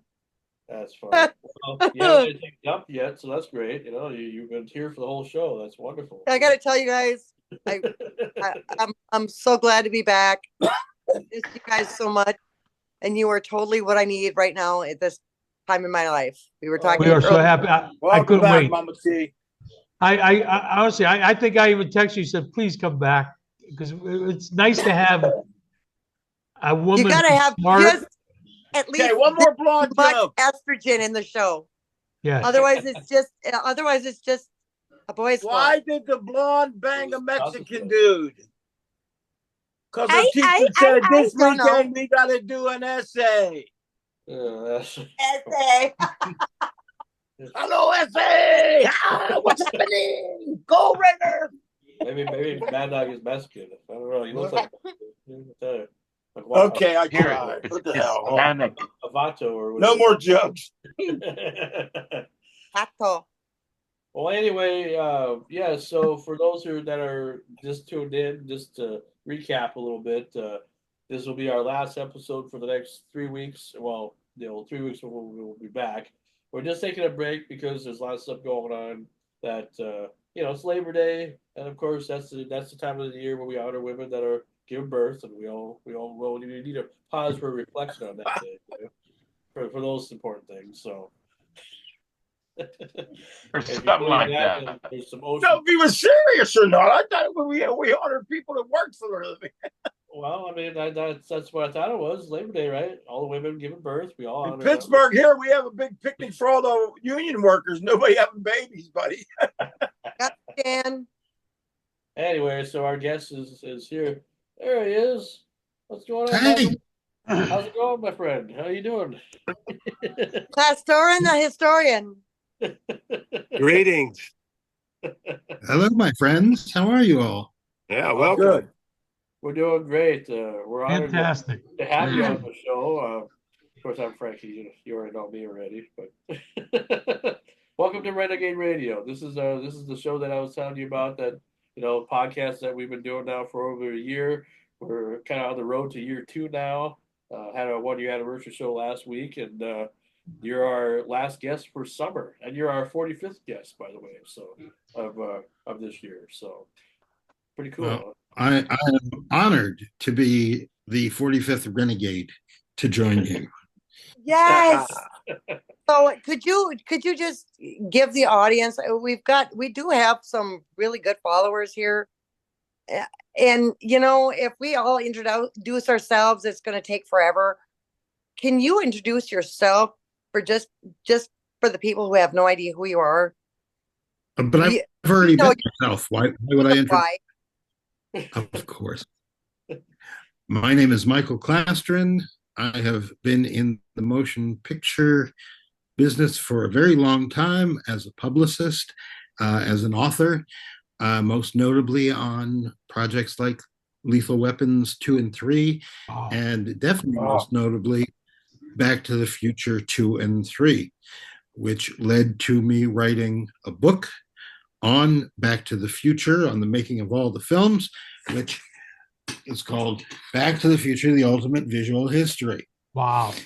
And how much is it? that, in fact, led to my Before latest you book. go further, I want you to continue introducing yourself, but if people are just tuning in, how much is that book and how do they find it? This book you can find on Amazon in any number of places, and the prices will vary. I don't control them, unfortunately. But then the other book, which we can talk about more, which was inspired by the first book, is called Creating Back to the Future, the Musical. Oh, wow. Where I spent, there it is. Right in frame there. There's my name. Prove it. I wrote it. And I'll show you my driver's license if that'll help. So, believe you. Well, you also wrote And that book about Close Encounters of the Third Kind that I also still have in my I collection. did. Good one, What? too. Yes. Oh yeah. Oh, we go Like way. the- You and I go way back to like a The mashed decade. potato pile. The mashed What? potato pile, 30 pounders. Close Encounters, yeah.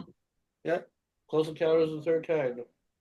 Anyway, Michael, we're happy to have you on the show because this has been kind of a long time coming. I know I got a hold of you a few months ago about doing something, and you said that Yeah. let's wait until it got closer to tour time for the Broadway musical of Back to the Future, and you know, I'm just happy that that they decided to do something like this in the first place, because I know it's pretty much what this of the first film and not of the other ones at all. Yes, it's all it's the plot of the first film, and it's been in the works for a long time, and it opened first in the UK in 2020 in Manchester of the UK, which is up to the north. And that's like, you know, when Broadway has a show, they do out of town tryouts. They do previews and things to fine tune the musical. In when a show is going to the West End in London, they usually go to a place like Manchester. So they did that. They spent many months rehearsing and fine tuning it. The show opened in Manchester to tremendous reviews, and then the world closed because of COVID. Now, that took a little time to figure out. So instead of reopening in Manchester, they had to wait a good long time anyway, and they went to London, where they opened it in London in 2022. It's the musical is a labor of love, and what makes the musical so important as a Back to the Future property are the people who were involved, starting with Bob Gale, who co-wrote and co-created the entire franchise, and Robert Zemeckis was involved, and Alan Silvestri, who wrote the most amazing score in the world for the movies, and many others. And he and a songwriter producer named Glenn Ballard, who has won Grammy after Grammy and has worked with artists like Michael Jackson and Alanis Morissette, and the two of them wrote the songs and the score for the musical. So the thorough I'm sorry, the pedigree rather of the musical was right up there. And the thing about it was the four of them who were the initial, the core four, as I call them, they were not going to let this musical continue or open unless it was Back to the Future. And when I first saw it, it was from a stream of the first performance in the UK in Manchester. And I like to say I had the worst seats in the house because it was a camera from the back of the theater. But I had no idea what to expect, because as connected as I am to the franchise, I hadn't really talked a lot about it with Bob Gale, who I talked to most of all. So I didn't really know what to expect, but I knew that it was going to be quality. It wasn't going to be some knockoff in a, you know, to grab people's money. It wasn't a money grab. And when I ended up seeing it, I was thrilled and delighted. And what led to the writing of the book about the making of the musical was my earlier book, because I had been asked to update it, revise it for 2020, for the 35th anniversary of the franchise. So it was logical that I would include the musical, which had already opened and then closed. So I did a lot of interviews with the actors and the director and the whole production, the people who put it together, production designer, costumer, special effects, the producer in London, who was very key. And as I was interviewing everybody, I thought, this is crazy. this needs to be its own book. This just can't be a few pages at the end of my other book, which it is, but it was the impetus. It needed to be this. It needed to be all these pages and photos and the songs and the lyrics and secrets and some not so secret. But it's behind everything. It is a world that I appreciated theater and musicals. I grew up in New York. I saw a lot of them, but being in the middle of the entire thing, embedding myself with them for many weeks and getting to see everything happen and the process, I fell in love with it. Now, the key to this musical, and I am telling everybody out there who is a Back to the Future fan, and especially right now a Minnesotan Back to the Future fan, go see this musical. It is brilliant. I have literally seen between previews and rehearsals in both London and Broadway. I've seen this show well over 100 times. And if people are lazy and don't want to follow the links, where can they go to watch this musical? The musical is going to be playing, give me 1 second, at the Orpheum Theater. That's in, is that Minneapolis? Minneapolis. In Minneapolis. And it opens on September the 10th for 2 weeks. Yes. And the show, this is a touring company, so they're going all over the country to various cities. I just saw them for the first time in Washington, D.C. a couple of weeks ago, and they're terrific. The show has lost none of its magic, none of its excitement or entertainment, and none of its spectacle. Bob Gale has always said about people who say they want a Back to the Future 4 is that they don't really want a Back to the Future 4. What they want is to be reminded about what excited them about Back to the Future. And this show does that in spades. There are a few changes because they didn't think they wanted to have Doc shot to death on a Broadway stage or any stage. So the reason that Marty has to drive the DeLorean is because Doc has gotten radiation poisoning from a leak in his radiation suit when he's putting plutonium in the DeLorean.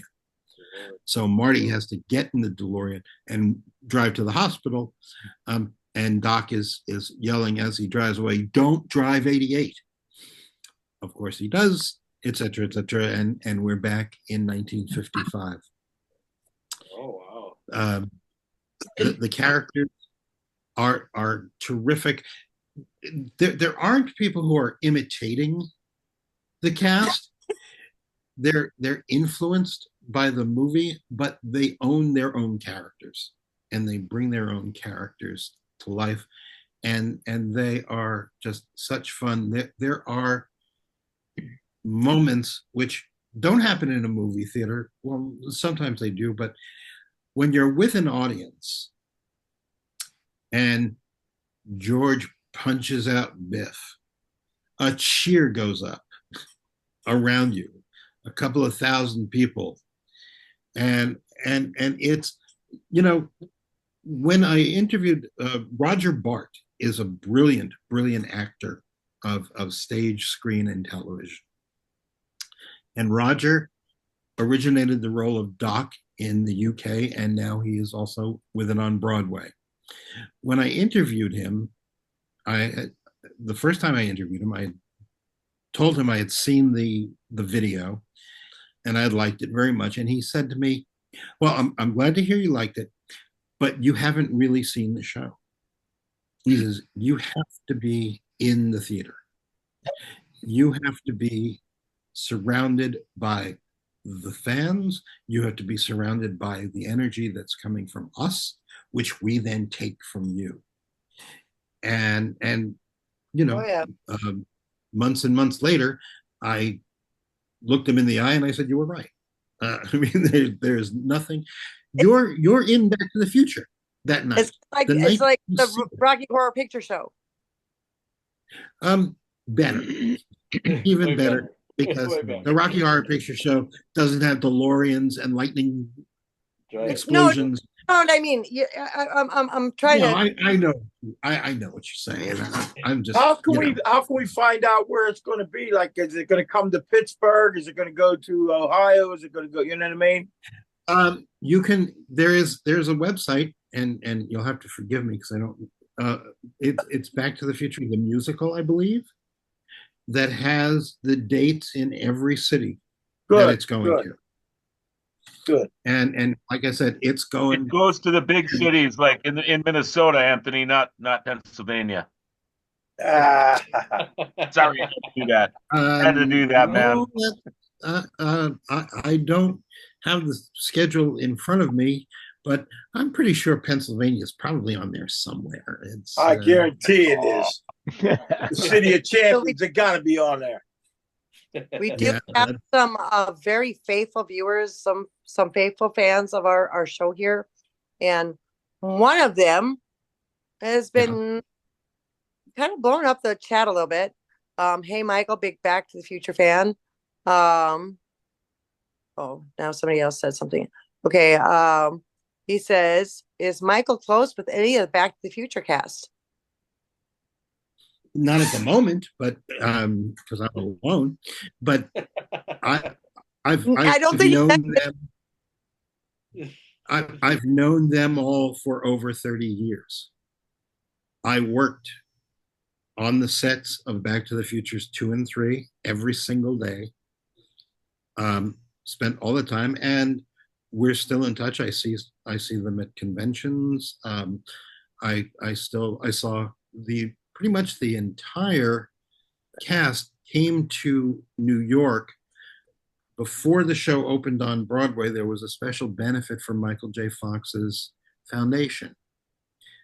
So Chris Lloyd, Leah Thompson, James Tolkien, Mark McClure, I could go on and on. 98% of the cast of the film was there with their new theatrical counterparts, and it was a spectacular show. Michael, nice. That's so awesome. Yeah, Michael cool. Absolutely loved it, as did everybody.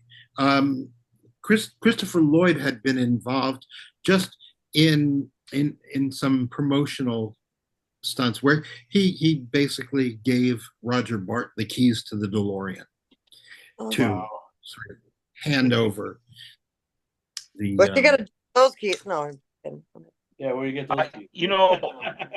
It's we do have enough because it sounds like I'd really like to know what Christopher Lloyd was like in real life, Michael. But I can remember watching him, when he was Reverend Jim Ignatowski in Taxi way back in the day, and how good he was back then. He must have just been a blast to work with. Chris is tremendous. I mean, Chris is an amazing actor and an amazing person, and I am honored to even be in his orbit in any way, shape, or form. I actually got to know Chris before Back to the Future because I worked on a film called The Dream Team with Michael Keaton and Chris. Oh, yeah. And that's where he and I first met. So that's a good movie. Got to know each other there, and then he didn't realize that 35 years later we'd still be seeing each other. Why, it's amazing how the movie keeps growing and growing every year. It gets bigger and bigger, even though it's been how many years now. Well, that's been addressed by a lot of people, and the thing is, Back to the Future has been called the perfect movie for any number of reasons, and what it has done over the years, and Michael J. Fox has said the movie about time travel has become timeless. People who saw the movie in I 1985. can't find your Wi-Fi network. Open the Google Home app to reconnect to Wi-Fi. No, you're good. You're good. You don't have to reconnect. You're fine. Go ahead, Michael. I hate it when that happens. I do want to say, Michael, real quick, as long as we got that. Yeah. You know, we speaking of being honored, we are honestly honored to have you here on our little podcast. Oh God. Radio, oh honestly. Please. I'm honored to be your guest. I mean, you guys are terrific. And listen, I love this must be the first second met us, huh? What's that? That was a joke. Like you said you were honored to be here. Like I am. You must have a really good I love a chance to talk to fans, be they interviewers or fans who come to Comic-Cons or signings and all that stuff.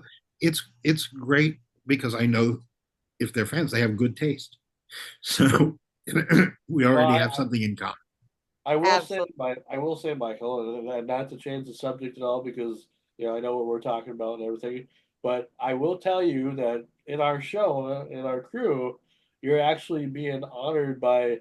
We actually have some movie royalty, we'll say, in our crew. Guess which? I suppose you wouldn't know who that would be, but he's right. Tell me. He's right in the middle of you. His name is Lance Warlock, and he has a famous father that was in the movie franchise or movie business for a long time.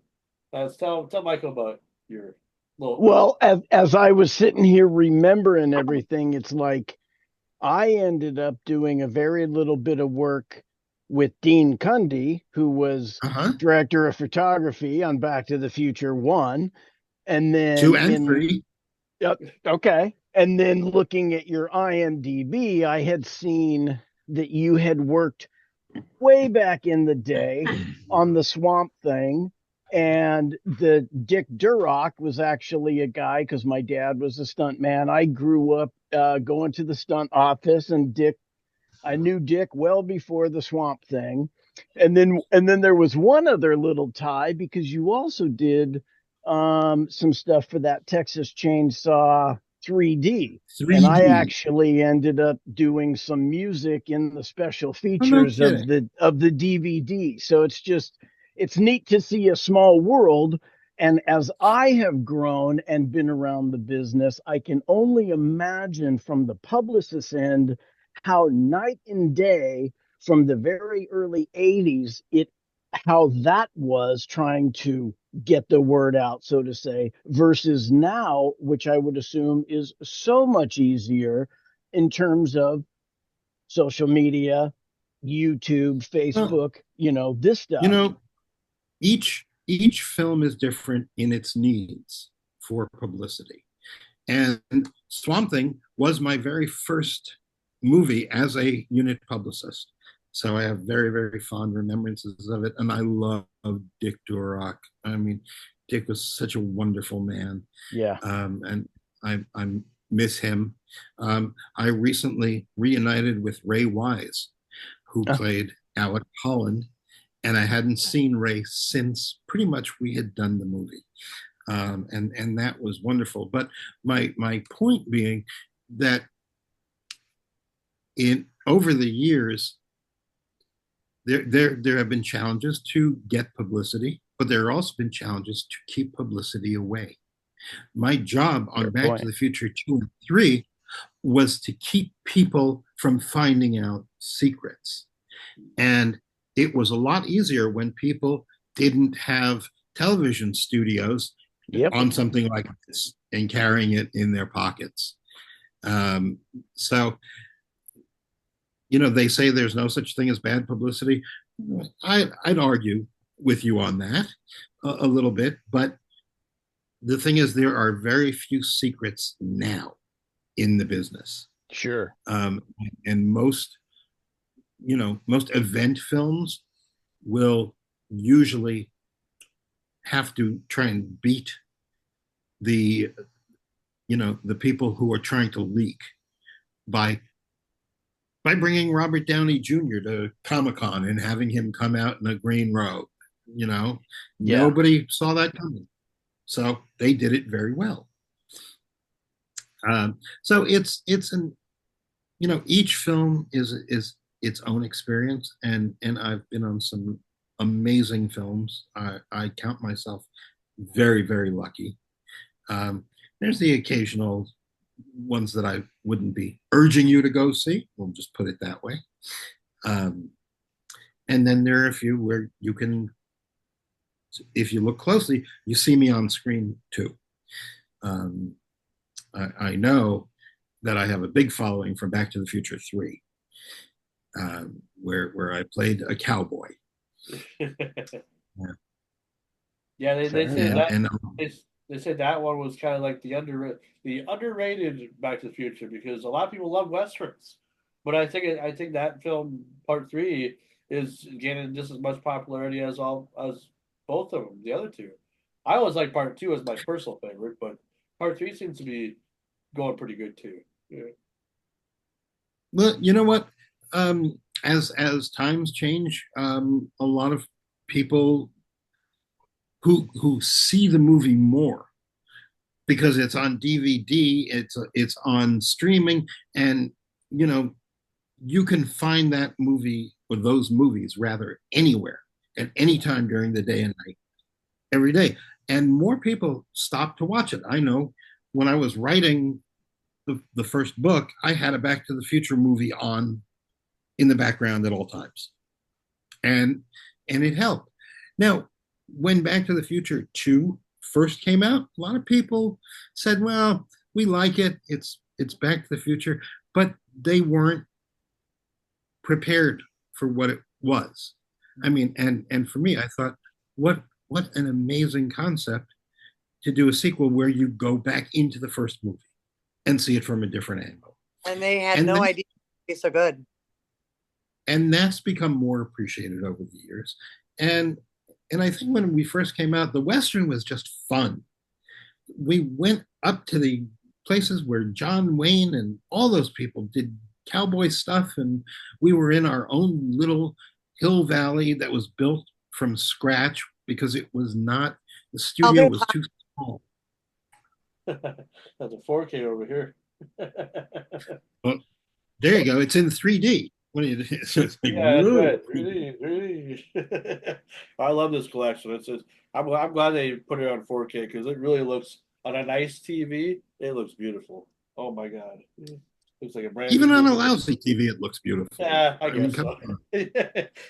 There's you're no right. bad way to see Back to the Future. No, you're right. But I tell you what, watching it from VHS to DVD, that was definitely a difference that people were. I'm sure some were excited about. I'm sure some still watch on. Some probably still have the laser disc. Probably, I'm sure to watch it like that. I got a couple of laser discs around. Okay, I never had one, so I never got a chance to experience that. Yes, I think I have. I bought Part 3 on Laserdisc. Okay. So I could stop and see my performance every day, which I didn't. But Back to the Future just keeps going, thankfully. And next year is the 40th anniversary of the release of Part 1. Yep. And we never used to call it Part 1 until there was a Part 2 and 3, because it was just Back to the Future. So I wonder. Do you think the Back to the Future, the first film, would have still been as good as it was if there wouldn't have been 2 and 3? Do you think people still would have thought about how good it was all these years later? If there was only one movie? It was just the one, just the one. Let's say if they didn't make 2 and 3. Well, you can't really theorize that, because first of all, when they opened the movie, nobody knew it was going to be Back to the Future. There wasn't a sequel plan. No one thought they'd go anywhere near it. But the movie opened at number 1. It just kept going and going and going and going. It stayed in theaters for months and months. And then there was no doubt that there had to be a sequel. If as long as Bob Gale and Robert Zemeckis wanted to do it, because they didn't have to.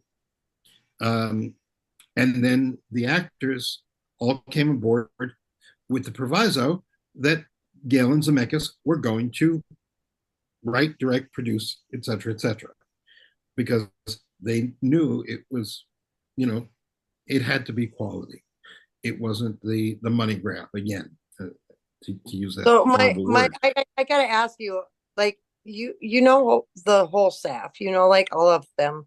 How close are you with Zemeckis? Like he's got a lot out there. Well, I see Bob from time to time. I saw him in New York on Broadway, and of course, when I'm doing books and stuff, and I need him to give me a little background or quotes, I call him, and we talk on the phone, and so I see him. Bob Gale has been sort of my godfather on Back to the Future. He is. He's an amazing man. I am so blessed to have him as a friend, a mentor, a filmmaker who has influenced my life and who has been very kind to me. When I wrote these books, and as I'm writing these books, I let him see them. I let him see the stuff and ask for his input. And he's been very, very generous in that way, and he's seemingly very happy with what I've written and will continue to write. So, no, again, who knows? Had I not, what? Yeah. I'm sorry, you were answering a question, and my questions just come randomly. I'm sorry. Sometimes they come before that finish of the answer. Questions happen. Well, we appreciate you, Mike, and for anybody that wants to know more about your story and about your books and whatnot, how can they do so? Well, I would tell them to hire a private detective who would follow me, comb through the records.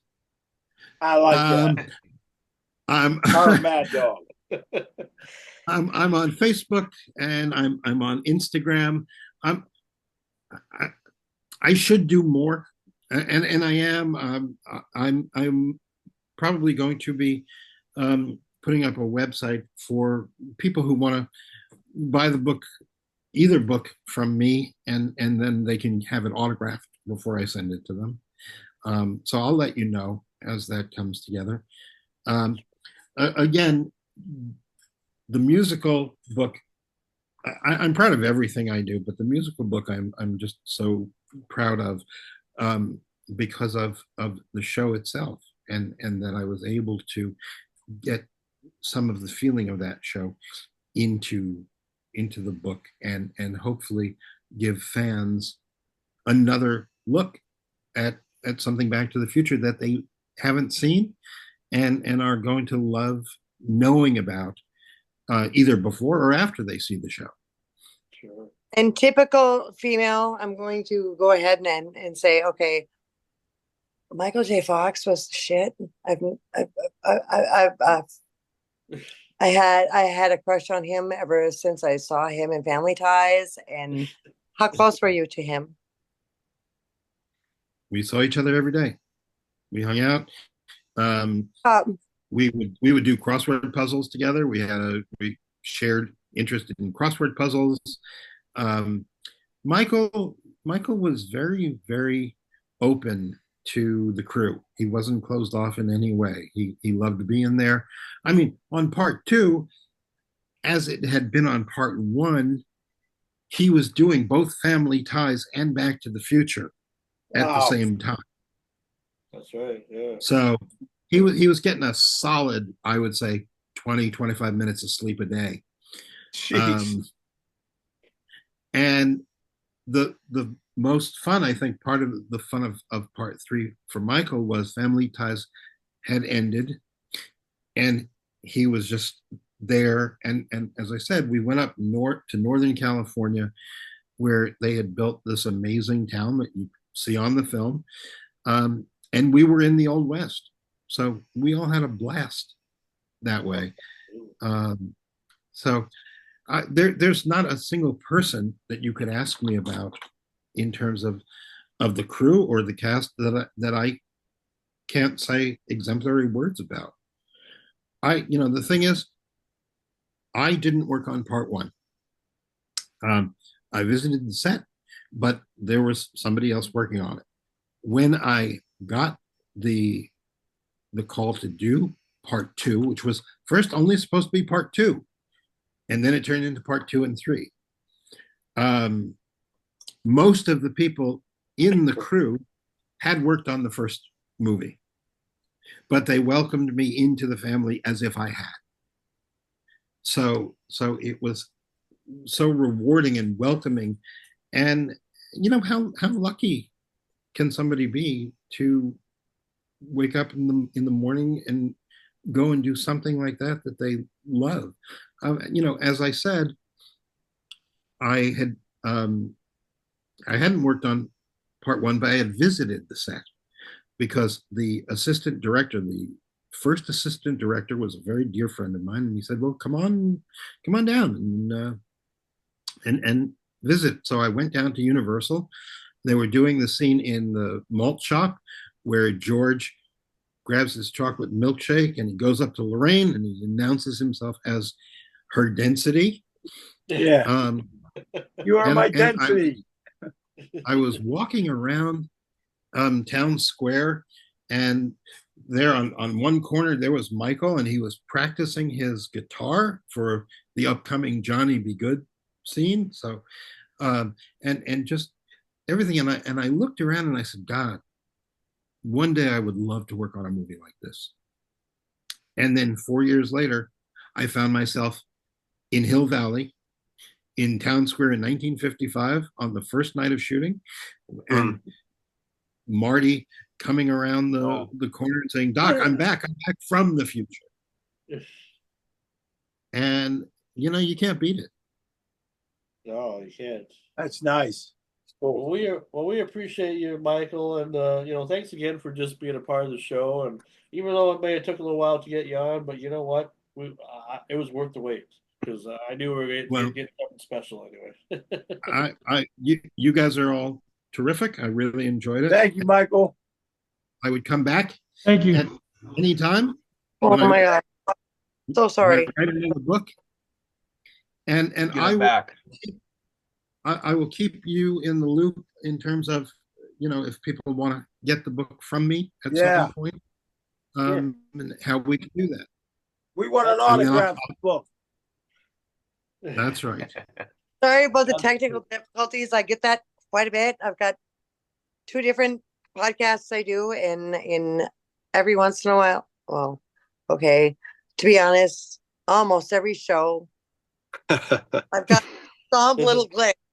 Difficulty or something. Disappears a lot. Yeah. But I'm back. And I was I asked, and and then things happened, and I'll have to go back to listen to the answer. But I just want to let you know, KLASTORIN, the historian, I am so glad you were on our show. Thank you so much for honoring us with your presence. For real. Well, I wish I could come down there and take you all to the show. Make sure you guys go to the show when it's in your hometown. Make your dreams come true. Come to Little Bobby's on Highway 2 in McIntosh. Make your dreams come true. Show up here. We appreciate you, Michael, and thanks again for being part of Renegade Radio. And Thank you. Thanks, Mike. Thanks, Mike. The entire crew and everybody watching on Grand Forks Best Source. And we'll see you in 3 weeks here when we come back from our 2-week break for another great edition of Renegade Radio. See you guys later. Bye-bye. See you, Bye-bye. Michael. Thank you.